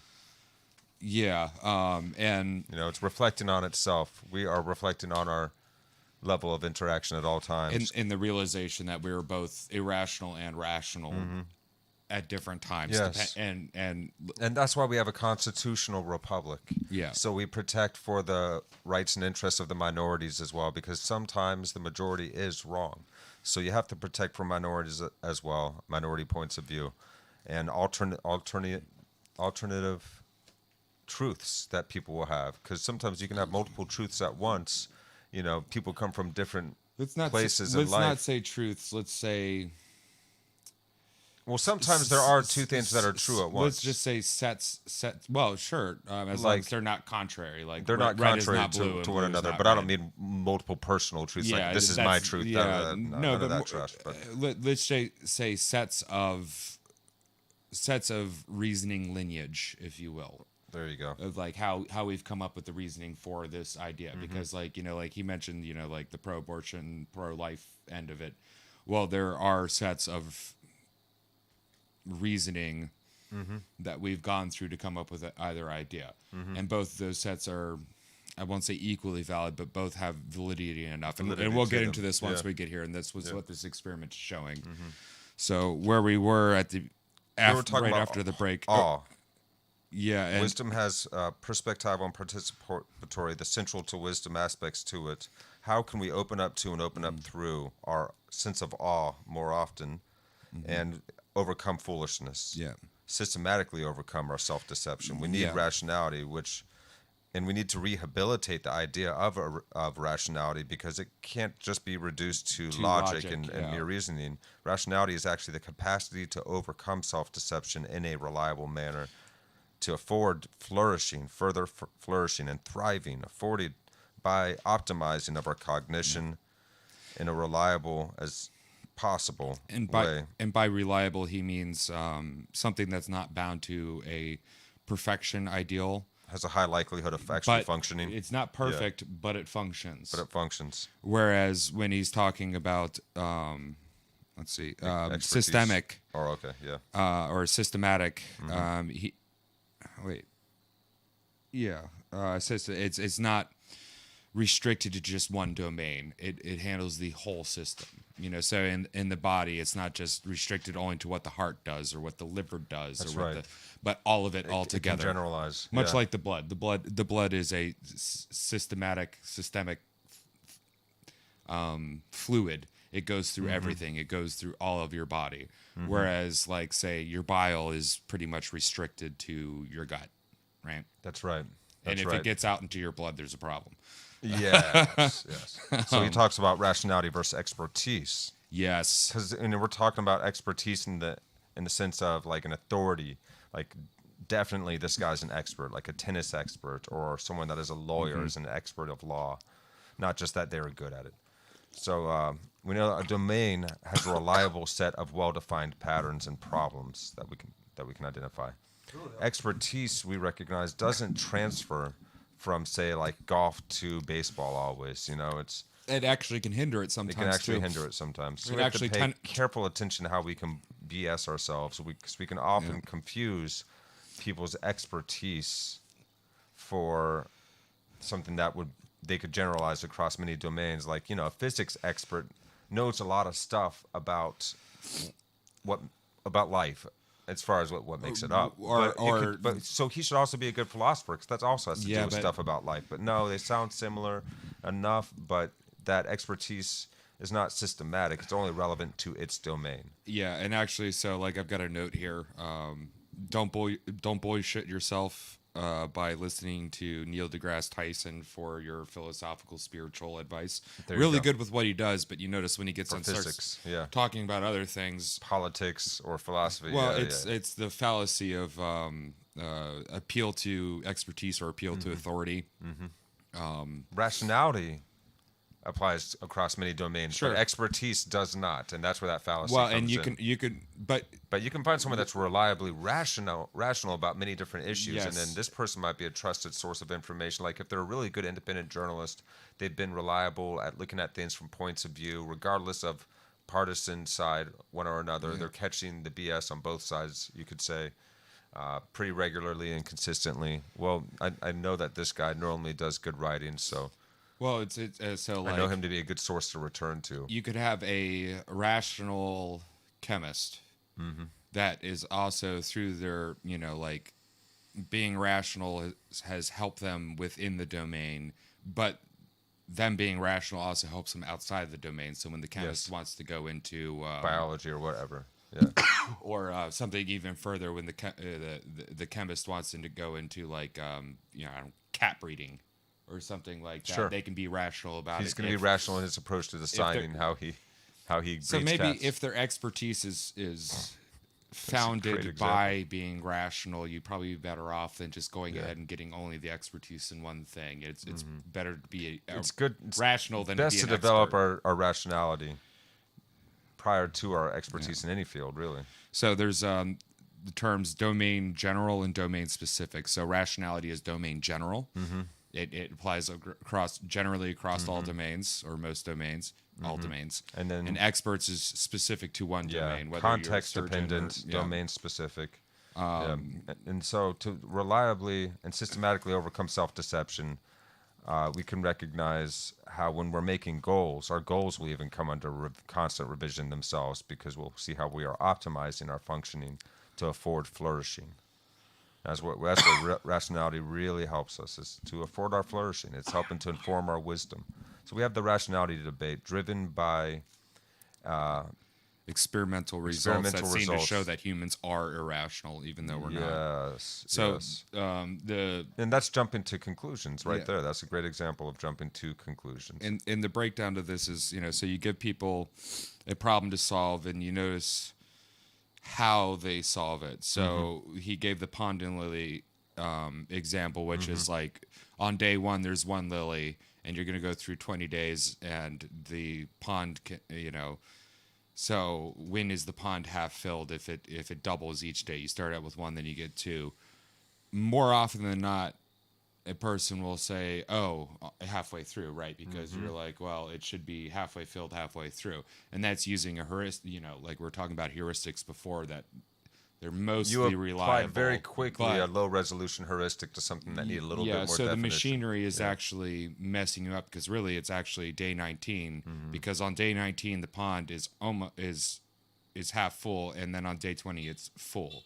That's right. Because Because it of the multiplies doubling. itself, doubles every Yeah. time. Yeah, so it's actually half on 19, then it doubles the last time. It's 20. So we jump to an incorrect conclusion because the machinery of insight that has helped us before can also deceive us. And this That's is right. a common thing through this whole thing, is the very machinery that we use to understand the world can be one of our greatest hindrances as well. That's right. That's right. Yeah, our adaptive machinery can thwart us. And so he gave the example of, like, you could have like a B argument, or not argument, but thing B, and in this case it was abortion, and you could have a good logical argument going down towards B, saying like, okay, B is the thing, but then you can have a bad argument that goes to B, even though it's like, which is, not, so we want B. So we're going to go with the bad argument that leads to B, and that's confirmation bias as well. So it's like something that confirms it, Yeah. even though it's a bad argument. And most people will go for the bad argument opposed to the good argument. So what we got to do, so what is it called? It's called critical attachment. We need critical detachment. Detachment. So we Yes. need to move our attention from the product to the process. So it's the argument, not necessarily B, the product of what we're making the argument for. That's right. Yeah, it's a thing that happens a lot. Sure. So I like that example. You have the good logical argument and then the bad, poorly constructive argument. But if you can actually take a step back and look at the two options without a preference for either one, then you're going to be more willing to change your beliefs when you come across new information. And Unfortunately, we get so attached and identified with our beliefs. This is the problems of our egos, hanging on and seeking for something to identify with. Yeah, and well, That, and you know, acknowledging that there is a We'll principle, get but not attached. applying Yeah. the We principle. won't change our mind even when we're presented with belief that obviously proves, that obviously updates our information and changes what we should believe.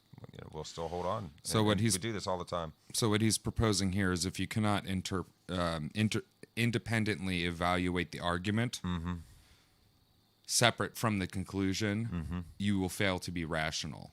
That's it. And that's the conjunction fallacy. I didn't look it up, but I'll have to look it up at a later time. Yeah, We'll talk conjunction about it next bias, confirmation week. bias. Yeah, and the Conjunction fallacy. That's right. so ideally, evidence equals belief, and if evidence is undermined and Or changed, changes, yeah. the belief should I should change my belief. but that tends not to be the case, and we call No. this bigotry too. So Yeah, we the do. definition of bigotry is getting good term for it. getting new information and refusing to change your belief. Yeah, it's like according to it. it's a hate that's so deep seated Well, in that because you can be person that- scientifically bigoted. The church killed a lot of people. That's A lot of people don't want to be wrong too because they feel like it's a threat to them. Yeah. So there was a test that we did, which was the detect. When you're detect attached the- to your image, you don't want to be wrong. If you know that your image is amorphous and you can actually change and upgrade it over time, and you're interested in what's most good and true for one and all, then you don't care if you're okay with finding out when you're wrong about stuff. In fact, you might even become excited to find out, where was I wrong here, whether it be politically, philosophically, however. We don't need to be so attached to our beliefs. We should really be looking for what is true and good for one and all. Then we might be getting somewhere together. Yeah. So we tested a bunch of people. That's my little preaching moment. We detect, and the test was to detect an authentic suicide note. So you give Right. you give a bunch of people a bunch of notes, and have them tell you which they think are real and suicide notes and which are not, and then you give them feedback like, yeah, you guys You did guys good, were you good. not. But You guys were wrong. You guys were bad. So the feedback is at this. arbitrarily based off of which group you're in. Group A is told that they were good at the test. Group B is told that they weren't. And Group C was our test and or a control. And controls are important, so you have a baseline to measure it off of. And then you show them you show them that, hey, like actually they were all fake. This whole experiment was fake. We And weren't really trying to find out who can read suicide and the notes well. feedback we gave you was just because of your arbitrary group A or group Yeah, B. because all of the notes were actually fakes. We just made them up. But then you ask them, But, yeah. knowing now that Even now that they now know that they that know. you were bullshitting them, the people in the group that were told that you did good will reliably say that, oh yeah, well, if this was actually the case, though, I think I could do a pretty good job. Whereas the people in the group so that did well, and you it sticks guys with were them. wrong, but how do you think you would do on these divorce notes to be able to predict, which ones are real divorce notes and which aren't now that you've gone through this test? And the ones that chose A, that were told they were good at this task in the first place for suicide notes, they will think that they would be good. It's hilarious. It's like the example of that. And the B will believe that they would be bad at it. If you grow up in a neighborhood like this, and you may be one of them, I'm sorry if you feel offended, but the really fat, ugly trailer trash girl named Princess that was told she was beautiful her all life, and she's obviously not beautiful even when she looks in the mirror. It's kind of that. You're told, oh, Princess, you're so beautiful, you're worth everything, but they're the most nasty, horrible, awful trailer trash person. And They didn't take good care of themselves. Or, just ended up, like with a bad attitude and fat, overweight with missing teeth. I'm imagining my childhood upbringing. Well, my childhood upbringing. But teaching one that they should believe they're beautiful, even if they're not taking care of themselves to the point that they become actually unhealthy and certainly not as beautiful as they could be. Why do you think the fat acceptance movement or the mutilating of ourselves through overdoing the cosmetic surgeries, like the people making themselves into modern day reptilians and stuff like that. This is why we can do these things and still. This is why we can hold two thoughts in our head. Well, I know that I'm wrong because they told me I'm wrong, but because I was in group A, I think I still am right, or I'm still beautiful, or I still could do the job well, or I could do whatever because I was told, it was proclaimed that it was, and it sticks with us. But we can't just belief, perseverance. Perseverance is what that's called. But we got to save ourselves from this systemic illusion, and particularly the illusion that we are irrational, because we're not. We're very rational, and the only reason why we haven't wiped ourselves out yet or been eaten by all the predators on the planet is the fact that we're actually pretty damn rational, even though these tests show that mostly in groups we are susceptible to this type of bullshitting. So we need to do something to save us. We just got to be able to recognize when our cognitive agency is actually deceiving itself, which it can do. So the same machinery, quote unquote machinery, in our brain and our cognition that makes us adaptive can also be a double-edged sword. And so we can certainly bullshit ourselves. We can maintain a belief even after it's been undermined or we've gotten new information. We can also realize that it's best to change a belief when new data is presented. So we can rise above that systematic delusion and self-deception. And we have to. And we've got to. Like he's been saying, we've got to develop a if humans really aren't rational, as is being stated in this argument, then how are you going to justify democracy or anything good in this world? You might as well just start voting for everyone to get on to some suicide plan and beg for totalitarianism to take over. The very idea that humans are irrational is extremely prevalent, and probably explains the extreme shift of the quote-unquote liberal into statism. Into regressive so statism. We'll call that left, because left is the state, right is the individual. So because it's not true liberals doing that. It's leftists that are doing that have infiltrated liberalism. But it was people who used to be liberal following into this, going, it's like, well, in order for us to be rational, because they don't believe that humans are rational, even though they say democracy. They don't want that. They want authoritarian statism. So what masks itself as liberal today is literally something else. Putting on a mask of liberalism. Liberal used to be bottom right. To be like a liberal, it was like individualistic, which is the right, which is the individual, and libertarian opposed to authoritarian. So, and libertarians at the bottom, authoritarians at the top. Statism that's why we were called a left. liberal democracy. Because that's why we are a constitutional republic. Yeah. because we're both of these things at the same time. So there's checks and balances in there. Yeah. We do have a federal government, but we also have individuality. That's at the very kernel. That's the most important roots, that all are equal and have the right to pursue their joy and their happiness in their lives, as long as they're not harming others. Yeah. So on and so forth. Yeah, I think that's all I got. That's all I got. Let's jump back in, guys. Cool, 'cause I This will gotta be the last pee. 20 minutes of the series, and then we're going to close it out. And thank you guys so much for tuning in. If you're enjoying this series, make sure to like and subscribe and comment. It helps the algorithm, helps us reach more people.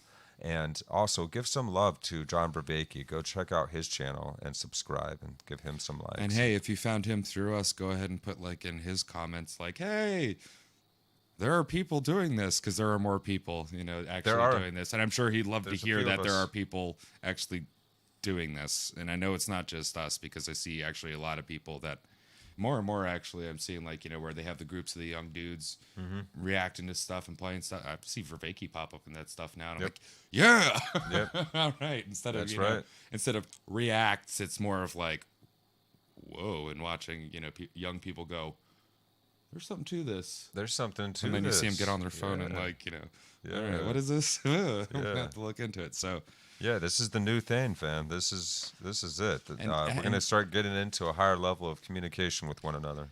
And so, how does the child show the parent that they respect and are watching? They mimic them, much like the parent or the adult mimics the sage. So what we're doing right here is we're mimicking the process of what he's doing. We're being the students. We're bringing it live and showing it in the same way. So, he is the sage, we're the adult, or he is the adult, we are the child, whichever way you want to go. And we're, I think flattering adult, by mimicking. he's kind of sage level for but us. Either way, because, for him, he's the adult, and all the guys that have led up to him are the sages that he's been looking up to too. Yet again, it's an open-ended thing. Mythos, it's the Open-ended Gnostic story, the good Gnostic thing. It's the gnosis, the process of gnosis. Yeah.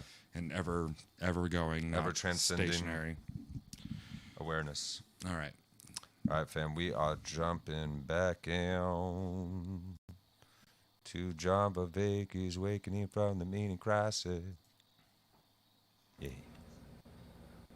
Morality depends, and this is something that Kant famously argued for, morality depends on rationality. People can only be held moral if they can also be deemed rational. Right? If you keep doing the right thing because of luck, right, or because of coercion, we don't think you moral. We think, but if you do the right thing because you have reasoned it out and come to conclusion that that is the right thing to do, right, then of course we do deem you moral. So, as you can imagine, right, a debate arose, and this is a very good thing for science, right?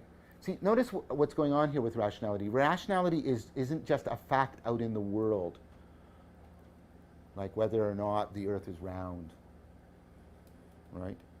Rationality ultimately goes, because it is so deeply tied to perspectival and participatory knowing, it goes deeply to who and what I am. And that has implications for what kind of political citizenship I can have, what kind of moral status I can have, what kind of legal status I can have. Even your judgments, for example, if I'm mature or immature, are going to be vectored through how well you assess, how you assess how rational I am. Rationality is a deeply existential thing. So,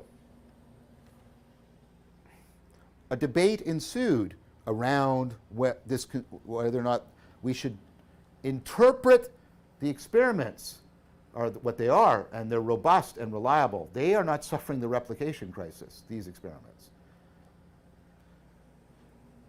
So these experiments are robust and reliable, but there's a debate about, and there's always, and there always should be a debate in science about how you interpret your experiments. Should we interpret these experiments to mean that human beings are fundamentally irrational?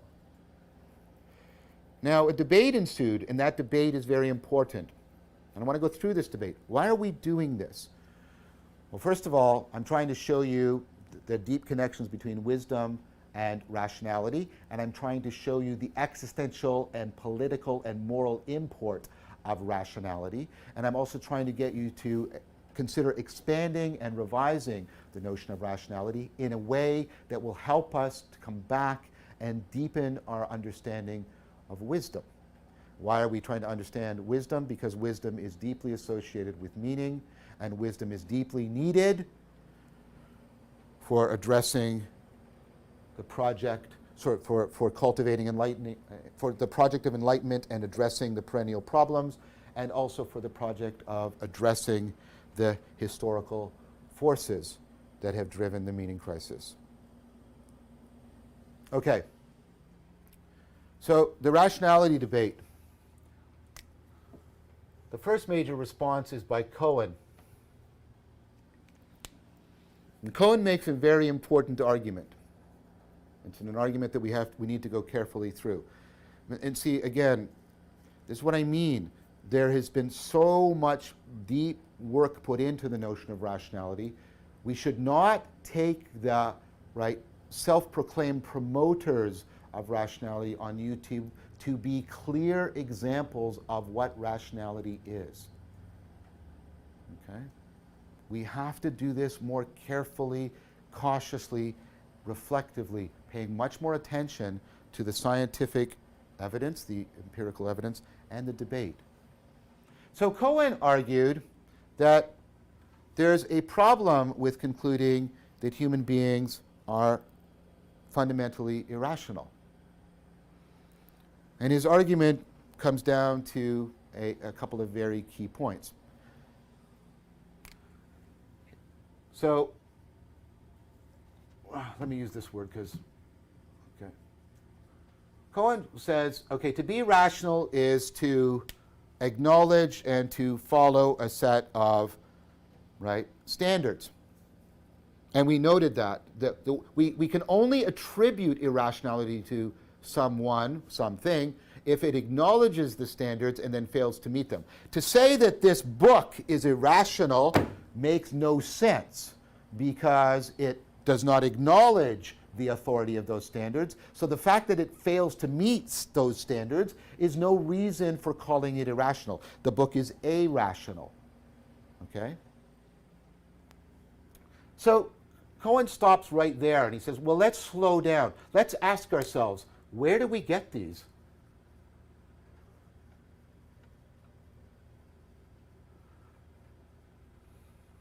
The way he asks this is, how do we come up with our normative theory? Normative not meaning statistically normal here, but normative meaning the theory about the standards to which we should hold ourselves accountable when we're reasoning. So where does our normative theory come from?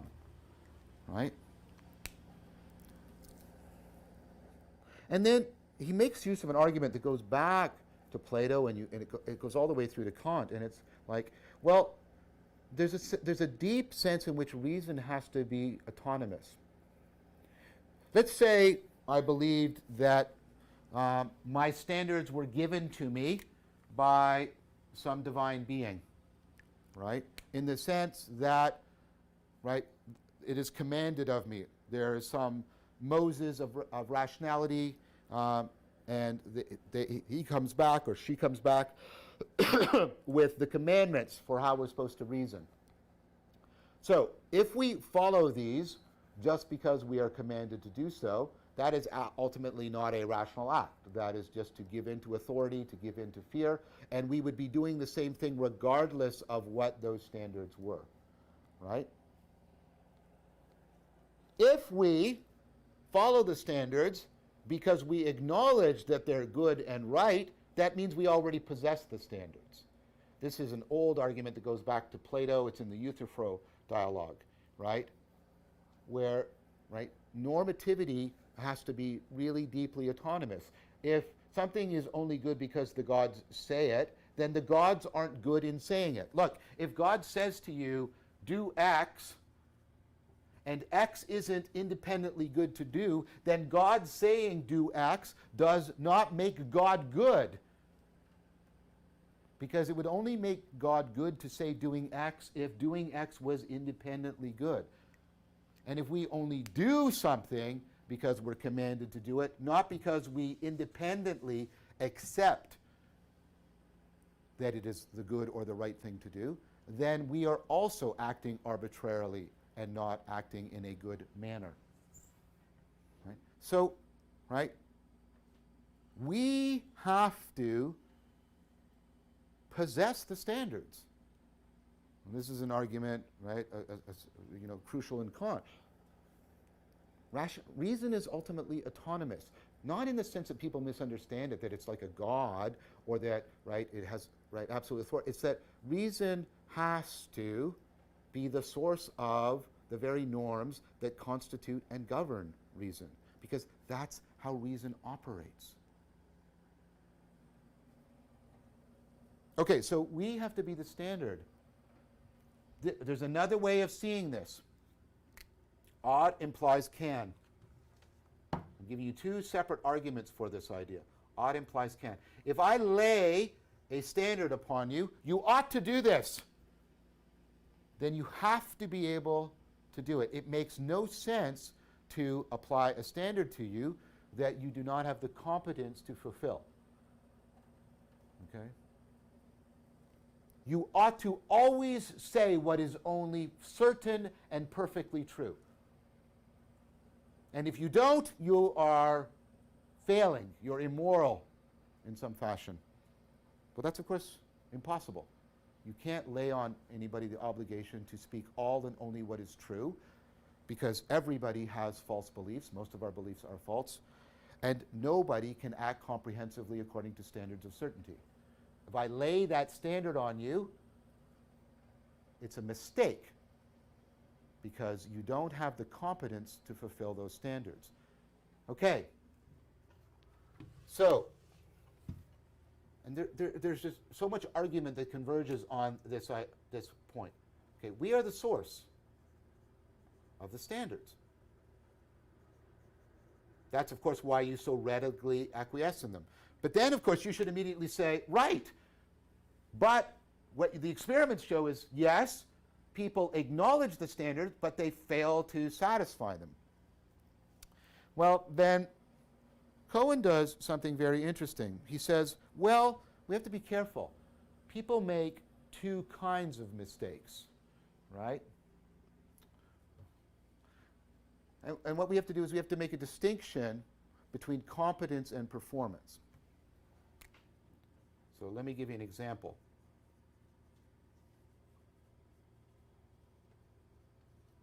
This goes back to Chomsky, and we talked about it when we talked about systematic error. Let's do it again just to bring it back into the argument. Okay. Competence is what you're capable of doing. Performance is what you've actually done. You have a competence that greatly exceeds what you've actually done. You have a competence to speak so many sentences that you will never speak, right? Right? So it is false that I have held my breath underwater for 17 days while listening to Beethoven's Fifth Symphony with a company of super intelligent starfish. That sentence happens to be true, by the way. The fact that I uttered it is bizarre. I probably would never have uttered it in my life, right? So, but you have I have the competence to generate it, and you have the competence to understand it. So competence is what you're capable of doing. Performance is what you actually do. Now the thing is, in between your competence and your performance, right, there are all the implementation processes. You remember this?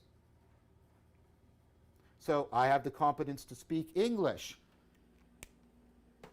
But if I'm extremely tired, the implementation processes, the English in me, it comes out garbled. I start slurring my speech, or right, perhaps if I was very drunk or something.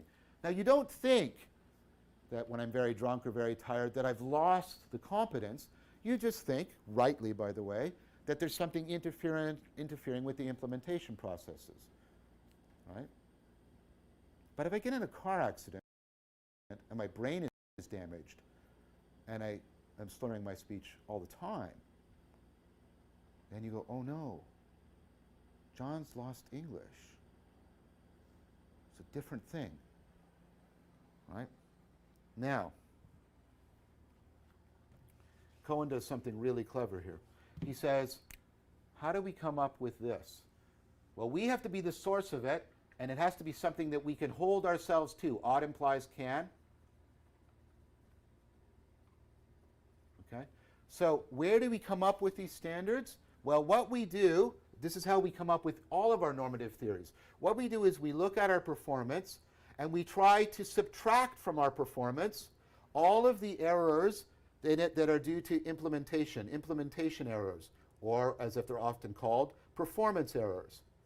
Errors in how I'm implementing my competence. And so what I do is by this process of systematic idealization, I try to come up with an account of what my competence looks like completely free of performance errors. So what would I have to have in my head so that I could reliably speak and understand English all the time in a perfect manner? Now, of course, all the time I'm speaking, because of implementation processes, there are performance errors. I sometimes stammer, I sometimes stutter, there's gaps, I speak elliptically. Notice there I just went, okay? Those are performance errors. And you read through those, right? So what we do is we take our performance, we put it through a process of idealization, we try and subtract all the performance errors that come from the implementation, and then we get a purified account, right, of our competence, an idealized account in that sense, that it's purified of distortion by performance errors. And then that is the standard to which we hold ourselves. That's how we come up with a normative theory. That shows how we can be the source of it, and how we're ultimately capable of it, but how we can nevertheless, a lot of the time, fail to meet it. So what he argues, brilliantly, but we're going to see there's going to be problems with it, he argues that all of the errors in these experiments have to be performance errors. That all of the mistakes that people are making are like the slips of tongue that pervade my speech. They're performance errors. Because why? People have to be the source of the standards, and they have to be able of meeting those standards. So we must have, at the level of our competence, all of the rational standards. We must be, at the level of our competence, rational beings. And the only reason we're making those mistakes is performance errors, which means that human beings are not fundamentally irrational after all. They are rational. Now, what I want to show you next time is what's right about that argument and what's deeply wrong about that argument. How Stanovich and the work of Stanovich and Rest reply to this argument in a really brilliant way. And what it's going to show us, again, about the nature of human rationality. Human rationality is much more comprehensive than facility with syllogistic logic, right? It is the reliable and systematic overcoming of self-deception, and that, right, has to do with us not just, right, sort of theoretically. It has to do with us existentially, and therefore this notion of rationality deeply overlaps with, and I'm going to argue is a component of, what it is to be a wise person, to be able to systematically see through self-deception and into reality in such a way that, like rationality with wisdom, we can actually afford meaning in life. Thank you very much for your time and attention. What's great? Meow, meow, meow, meow, meow, meow, meow, meow, meow. Rough, rough, rough. Rough, rough, rough. Rough, rough, rough. Rough. I was now, instead of being my old dead cat Scooby, I was being the cat that my dad has given a home on his porch to name Mr. Ed. Mr. Ed. who now you can pet. He's cool. But for a while, he would just hang out and look through the glass door and just go, meow, meow, and rub up against it. But you go outside to try to pet him, he runs off. I just figured it out. So I went from grumpy old ass Scooby to Mr. Ed, who is still old, but he's he's one of those gentleman homeless types. You know, you meet that even though they're homeless, they still are very dressed nicely. And yes, ma'am, no, sir, open the door for you. Or really, he's one of them guys. You know, it's the gentleman homeless. So my meows come from like He's a refined I'm embedding stray. and embodying pets. Life, you know. This is what happens. Yeah. So This is what we do as mammals. uh, If humans are not rational, good luck justifying democracy is where we left Yeah, off. yeah. And then we jumped into our rationality actually, or you could say morality, depends on our rationality. and morality, you know, like so with morality, like it's not necessarily like. Okay, so a good example of this is like the anti-hero story, right? You know, like the anti-hero may beat the crap out of criminals or murder that serial nonce, and I'll let y'all figure out what I mean by nonce because I can't use the word on YouTube.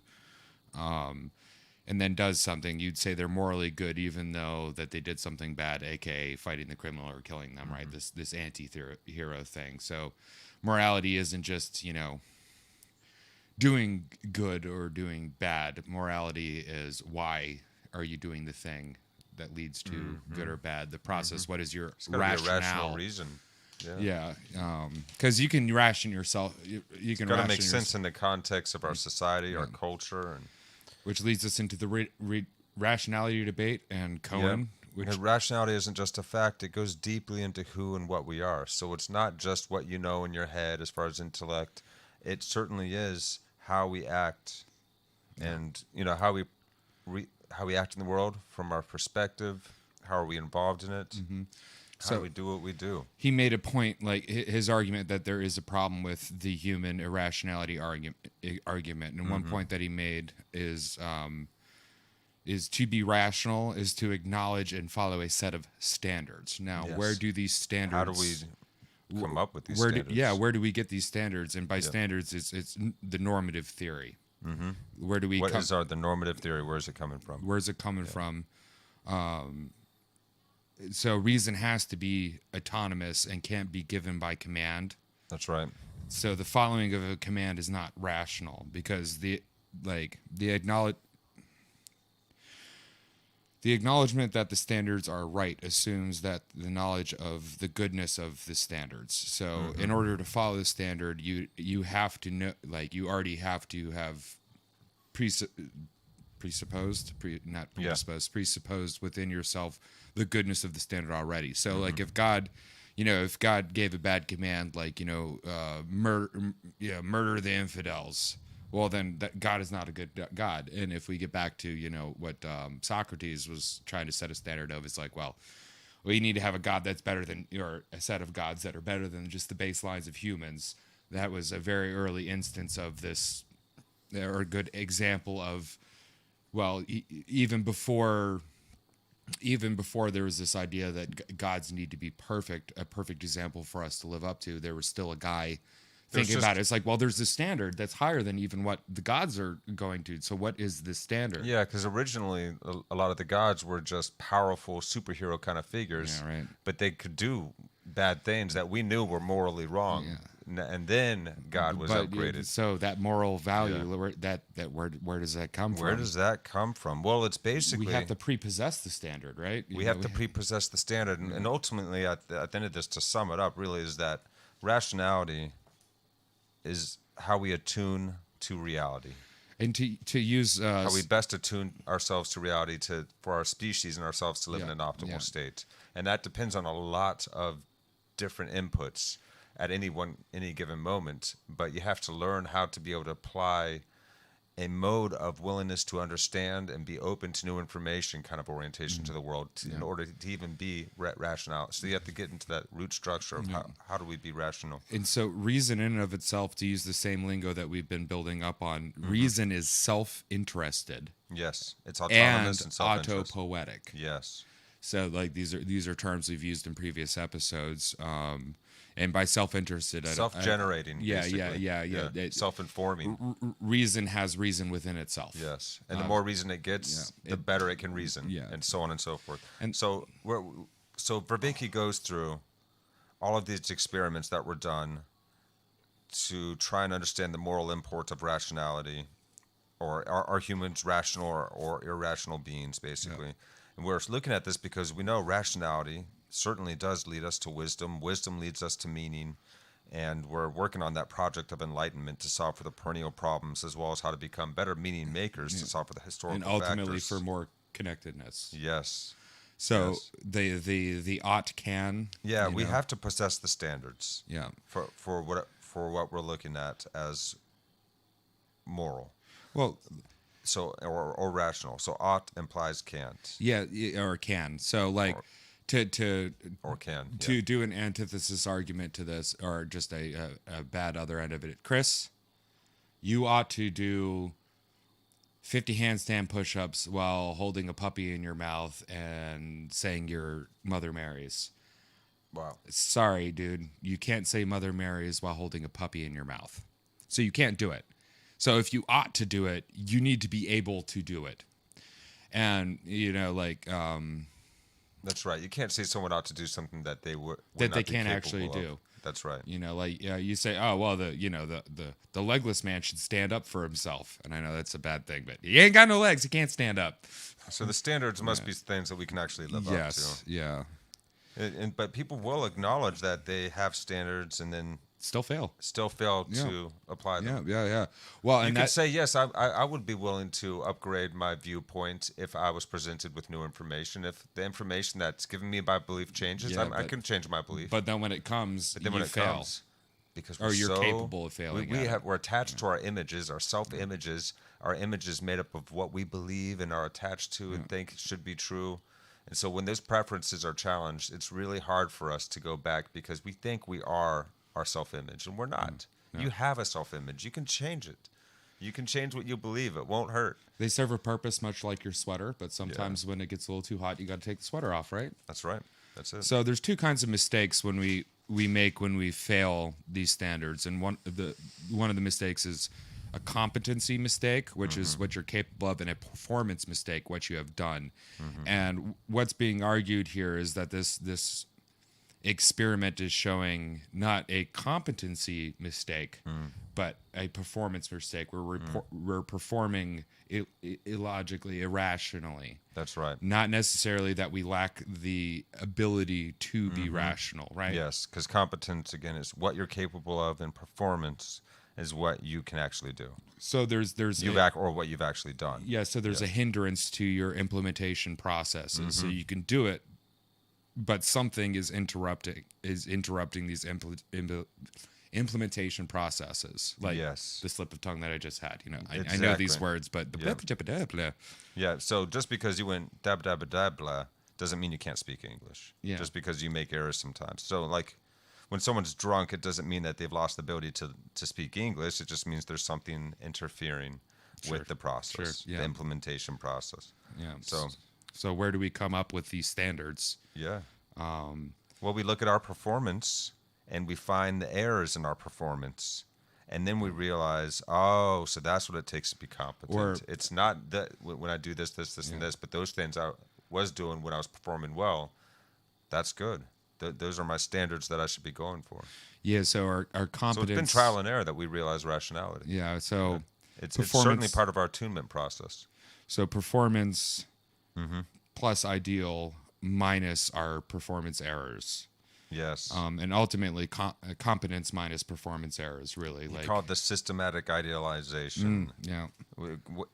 To get an impression of the ideal through the errors that we can recognize in our performance is how we improve. Literally looking through the errors. Like, you got the little square right here, and all I can see is just a bit of your computer. But when I go like this, I can see everything, right? Yeah. We looked at all the times that the performance wasn't good, and then we identified the commonalities. This is where I made an error when I was running that I was running that 100 meter. I had a bad start, or I can tell how my foot landed there a little bit heavy. Or And the I was day not, before you got in a fight with a close family member and you haven't let it go. yeah, And so yeah, that's the general right. that's the general thing, where it's many general systemic error, whereas there's many things, and being able to Yes. see the many things that lead up to the Yes. ultimate Yeah. performance error. Yeah. You know, So rationality is is what helps attune us to reality. This is another aspect of our relevance realization, how we maintain an optimal grip on reality. We utilize our rationality.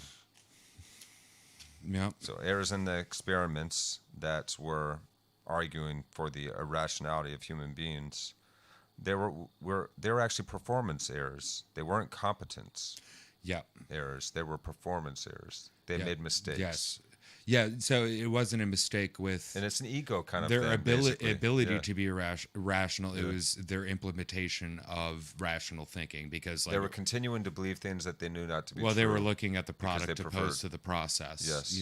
Like what we talked about Yes. earlier. Yes. So And they're that's where the living from their performance having errors- mode 'cause they're trying to have success by belief rather than being mode, Well, which sure, is being and the thing that would truly cause one to be successful. you could look at, like, say, like Gandhi's a really good example of this. Like Gandhi had ideals and principles that, as far as competency wise, he was great. He did the study, he did the practices he needed to do, but there was implication errors. And I'm not going to get into all the whatevers about Gandhi, Sure. whether they're true or not. Yeah, But still, yeah. he's a really good example, because he is this person You can find a flaw in every great man or woman out that there. ought to be able to do life. all this stuff and can do it, but still failed Made in the mistakes. implementation of Yeah. it, which is a very human.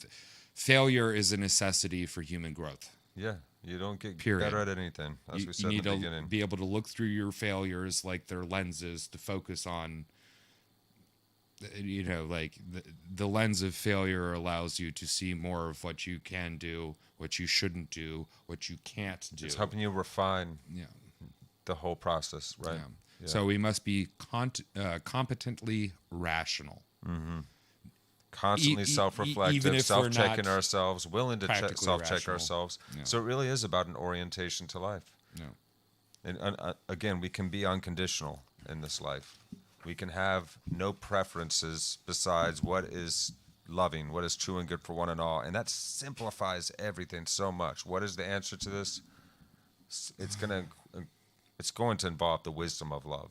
Every time. That's always going to help you. You can always grab that root if you don't know how to find a solution to any complex or very emotional, serious problem. And love doesn't mean feel good or like No. either.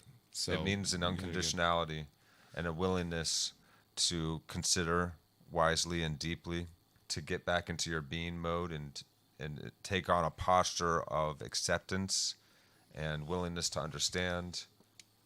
And now you've opened yourself up to the potential solutions. At least you've begun to put yourself in the right posture to. You've begun in that to direction. you've begun to start opening. Yeah. Never awoke, always awakening. That kind of Amen. thing. you Yeah. know? Because yet again, it's like we got to get, like what we were talking about, I think like 2 episodes, we got to get out of the narrative order of thinking that has an end. I forget what the term is for that. A final solution. Yeah. Basically. Yeah. So epistemic, I think, is I don't know, that might be the wrong word. yeah. But the idea that there's a beginning and a middle of an end, and the one thing that the Gnostics really did right was keep an ever opening open-endedness. Yes. And I think that's what we need, because particularly Let's now. let our myths and what they're teaching us remain open-ended. There's infinite information to learn about this life. We're never going to be done. Well, and particularly since And that's all right. We're always going to get better. since communication and information exchange is getting so much faster, like we're at the point where we've already gone past a singularity as far as our speed of communication. The only way to survive, because the story will be done as soon as it starts, is to have it as a continually open-ended story. That's right. As we're learning things faster and faster with our technology, and as well as our psychotechnology as well, because our cyber technology is just an extension of our distributed cognitive networks. We're just putting most of the work onto something else that's not caring or thinking. It's a tool. Yep. The screwdriver does not care about what screw you're trying to screw in. It's just going to work or not. that's what we're doing with this. And eventually these tools are going to be thinking and can no longer be treated as tools, but more like It's possible. first servants and then well-respected partners and then free in and of themselves. Much like we have done as a species, the realization that slavery ain't a good idea. We've been doing slavery for all of human existence, and it's only in this recent time where it first started out respecting them as a servant. And that's why Christianity is the religion of the slave, is because even if you're a servant Yep, to the even an poor, the unkind downtrodden. master, you can still be the best servant ever, because you know part of Christianity is service and being a servant to God, if you will, the highest standard. Well, That's right. And everybody's the subservient. machines- Even the king or the president or the Yeah. most powerful rich people are supposed to be subservient to these higher ideals. so AI and Embodied in the and idea. technology is going to get to the point where it's like, okay, servant and then beloved servant and then eventually companion in one way or another through expand. I don't mean like, you know, loving companion. Maybe, you know, that movie Her was quite compelling, but and then eventually equal, and then maybe even like sage level. And that's going to be a real kick to the nuts as far as the species level human ego, is when the thing we created Let's surpasses hope we can us. get them to the sage level, man. You know. Well, instead they'll of the be tyrant They level, would be you know. godlike to us, and then Sure. you have the problem of us trying to worship them. So we need an open-ended narrative in order to handle the ever-increasing quickness of our processes. Yeah, now. we do. Because we're processing things way quicker than any human Yep. could have ever imagined. Like, look at 1960s futuristic, like art or movies Sci-fi or movies anything or like books, that. yeah. They couldn't predict So, what some we've of it already they've come got up like with. the Some of it. portable cell phone and all that stuff, but Yeah. the fact that you like They didn't foresee the internet. look at the original Star Trek, they were still using cassettes to go in there. Yeah, they didn't foresee smartphones working the way they do, or the speed of the information and the amount that we can. They didn't foresee, much of the technology that we have now. Well, they also didn't foresee the advertising capability that a highly interconnected, real-time distributed cognitive network could birth. Because there was the Madison Avenue ad men, the madmen that figured out. Oh, the amount of people that you can brainwash. But now it's just with commercials. Now we have commercials that aren't based on just aggregate data of everybody as a total. Now it's individually curated. Oh, and these are all psychologically informed as well. Sure, yeah, no, the people who do ads and stuff like that, I won't call them dummies and I won't call them evil, but they're really good at what they do, and what they do I don't think is good. There's a lot of dishonesty that's used when people But it is convenient use our sometimes psychology against us, because there's some products and that they're I'm not like, morally driven. I Yeah. actually do need that. Greed is what it is. There's a reason why it's a deadly sin. It's a deadly missing of the mark, where you might shoot yourself in the foot or you might shoot somebody else if you It's don't it's hit the not the mark. optimal. It's one way that somebody can survive, but it's not optimal for the species in the long run by any means. So how do you solve for greed? Well, it doesn't, or lust for power, which are both very much synonymous. I will say that because you find that it still occurred in the Marxist situation. Maybe we need a capitalism 2.0, but capitalism or free market is certainly not the problem, because everyone's now allowed to trade instead of just serfs and the kings that own them. Yeah, well, or the lords check that- this out as far as a hierarchy of the deadly sins. Lust is not nearly as powerful as greed. Greed is nowhere near as powerful as envy. And I think envy is the most powerful, that I want what I think somebody else has, and I will do anything to get it. And that, that drove Marxism, the envy of the poor masses wanting what's due to them that the rich didn't give them. You could the say richer, even, because sometimes it would just be like a lower or middle class well, hell, couple that had a small little nowadays we got cottage, millionaires complaining about the that had billionaires. a small farm and had a small cottage. The kulaks, man. Yeah. But they were the bourgeois. Yeah, they were the farmers, and they were basically just serfs a generation before. They were literally just self-sufficient families on a few acres. But envy They got wrapped in with the bourgeois, and basically the whole thing ate itself, and it started turning on itself. Yeah. So pure insanity ensued. Yeah, and if you think about sin as missing a mark, it makes it a little bit easier to understand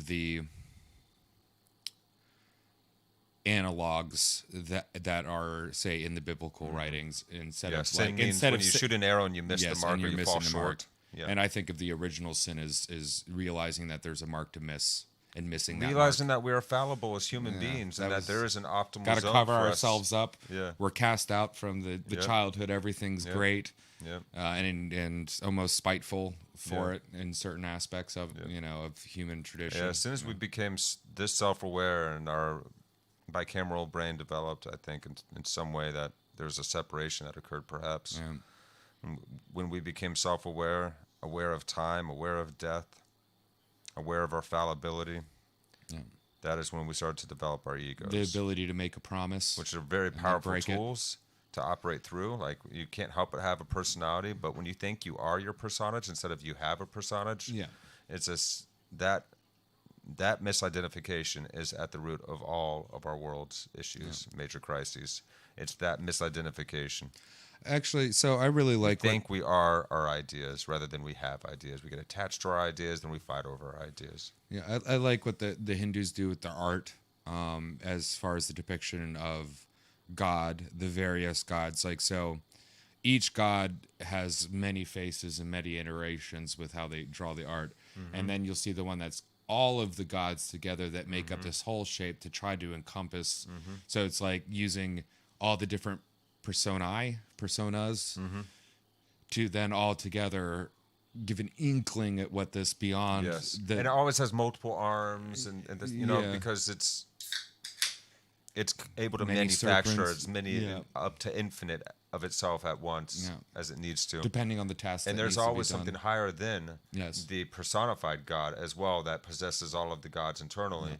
There's actually an absolute, just underlying nature of reality that is the source of the personality of God, you could say. So there's this absolute, this is God, and then there's the personified aspect of God that that you can relate to, and then there's like some more humanized aspects of it that you can relate to even closer, because how do you define a relationship with the ineffable, with the inexplicable, with that which is limitless, particularly and beyond before us? literacy. Always has been, always will You be. do it with art and places. So like, go online. And, how do you identify with the source of this universe? Yeah, and look up like through an archetype. So we have these.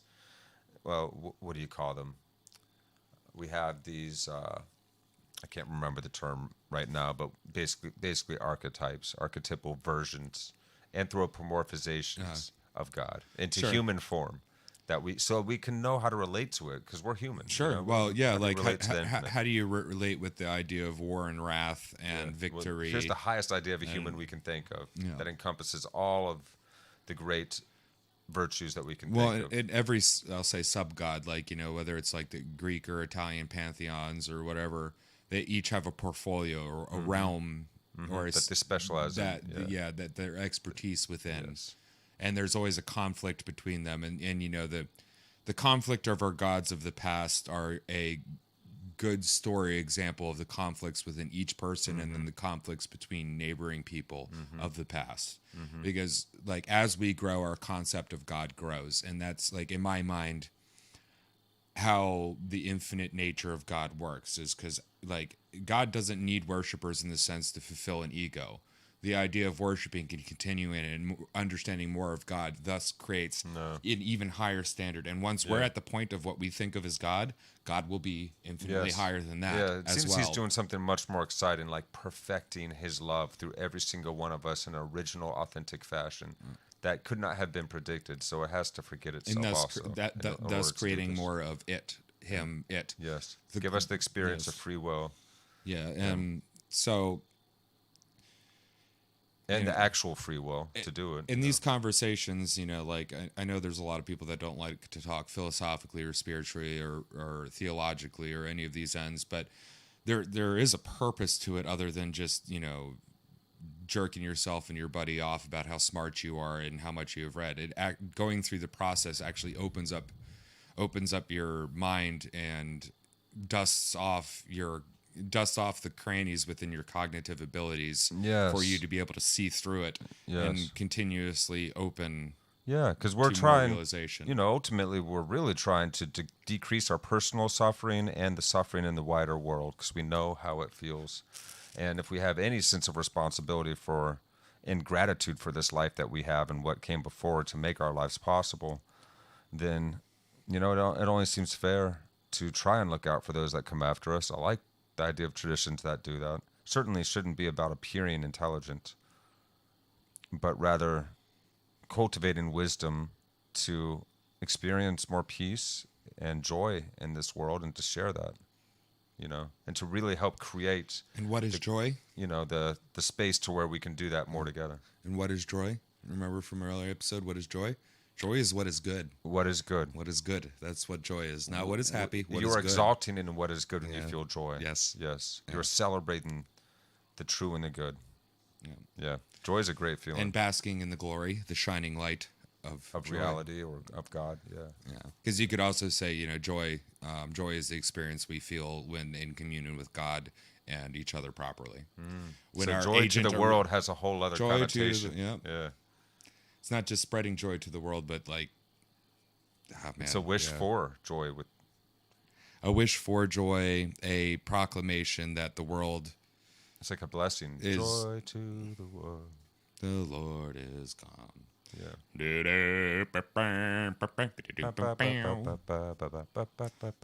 I only know It all has the a ba- joyful I only know sound all to the it. bad versions of it, Joy to the world. The slowed down Christmassy versions, the old time versions are really nice. I like them. Actually, Silent Night Silent is Night, man. one. Is Silent Night and what is it? I like the little drummer boy. That one I always liked. What is it? Rum, There's another one of them that I use as my low bass voice warm up because you got the Silent Night, Holy Night, and then you have to jump up. All is calm, all is bright, and you Dude, can go to it's your bottom happened. range, so you can go like Silent Night and keep working yourself Yeah, down. Like a lot of these old songs are actually really good for expanding your range and control as a vocalist because we used to write songs that had melody and movement and form as opposed to just let me see you work ba, ba, ba, ba, one note and just rhythm. In rhythm. Yeah. it's just like, not dogging that song. I've done much of boot scooting to that song. No, but- rhythm's great, but yeah, we certainly have simplified things in some ways. We've lost some of the complexity and joy of melody and long melodies that solve themselves after longer periods of time and more complex builds and things like that. But it's what it is. Teach their own. We got infinite room to grow. Plenty of room for all different preferences here in this wide, wondrous universe. Word. Well, we love you guys. This has been a good one. And to the new subscribers we got, and I think it was 8 since last week. Yeah, thanks thank a you lot. guys. Welcome. And for the 300 and so that watched last week's episode, glad we came up in your feed. Don't know why. Yep. We're speculating, but I'm good to have blaming you here. Theo Vaughn. I think it's because of Theo Vaughn somehow. Well, I'm starting to Vervaeke's get. starting to seep into the mainstream even more now that he's Oh, good. he's hanging with the comedians. The more of us that get involved, the more inertia that we have, and also the more people to engage with this He's out here. this understanding We out wiki here that planting we're gonna seeds. be making. Yes. If we can get a series of networked wiki systems that are all the different types of meaning making that are then categorized and put together by the tweakers of us that like to do that stuff, that'd be great because then you can go on there and you can be like, oh, who's that guy? Oh, Jordan Hall. I know Go up in Brendan. there, click on it, and then you have a whole feed that goes on. Yeah, and there's yeah, been yeah. people that are working on something like Brendan that too. Graham Dempsey started one. I don't know if it's back yet or not, but I know that there was at least a first attempt made. Anybody that is interested in doing so, you can look up Vervaeke's Discord or join up with people elsewhere, I'm sure, and start making the moves. And everybody has the competency and capability to do something, even if it's not the same. Even if you're not the type of person that wants to sit in front of a microphone, in front of a camera, and do this. If you're one of the tweakers in the back that just like to be in the basement and write code and categorize stuff, you guys do awesome work too. All you guys got to do, Even anybody, if you're just a you go watcher. out there, be more joyful, be more loving, be more kind, practice mindfulness, find ways to cultivate your inner peace and capacity for wisdom. And, hold the you door know, open let's help for spread that somebody. out to the wider world, man, because Yeah, man. it's going to do nothing but make everybody's lives more comfortable. Every little bit that each of us are taking that on. The revolution begins within. Yeah. Begins within each one of us. Don't look for just trying to create some revolution by addressing factors in the outside world around you. The political revolution is not the way, I believe. That's a component of a higher level revolution that must occur deep within each one of us. So And it's remember, more of a spiritual game than merely a a political. revolution is a turning around a central axis. You are that central axis, and you Yes. can turn around yourself. You can turn yourself around. You can turn yourself around. Yeah, there we go. Look at that. I'm saying smart things. You too can be unbound. Yeah. You can join us every week as we follow John Vervaeke. So At 8 it's been p.m. awesome. EST, 8 p.m. EST every Wednesday. which it might change in the future Yeah, to we an might earlier change that date. to like 6 or 7 soon here. Let's Yeah. let them know a week ahead of time when I'll we try, do it. but you know, guys, we might come on sooner. Look for the notification. I'll try and let you know the day of at least. Well, let's do next week at 8, and then if we decide to change it, we'll let them know next week. Yeah, that's a good idea. That's a good idea. Yeah. All right, guys. Well, it's been awesome. We love you all. Make sure you smash the like and subscribe for Actuali if you are enjoying this series. Leave a comment. Yeah, leave a comment. Check out previous episodes. We're on Spotify and Apple. There's a lot of older audio episodes that you can find out there. Guided meditations, Wim Hof breathing sessions, all kinds of fun stuff. And give some love to Vervaeke as well. Go on over to his YouTube. And if you're enjoying the series, you know, drop the guy a like and tell him, share your gratitude. Yep. Thank you all for joining.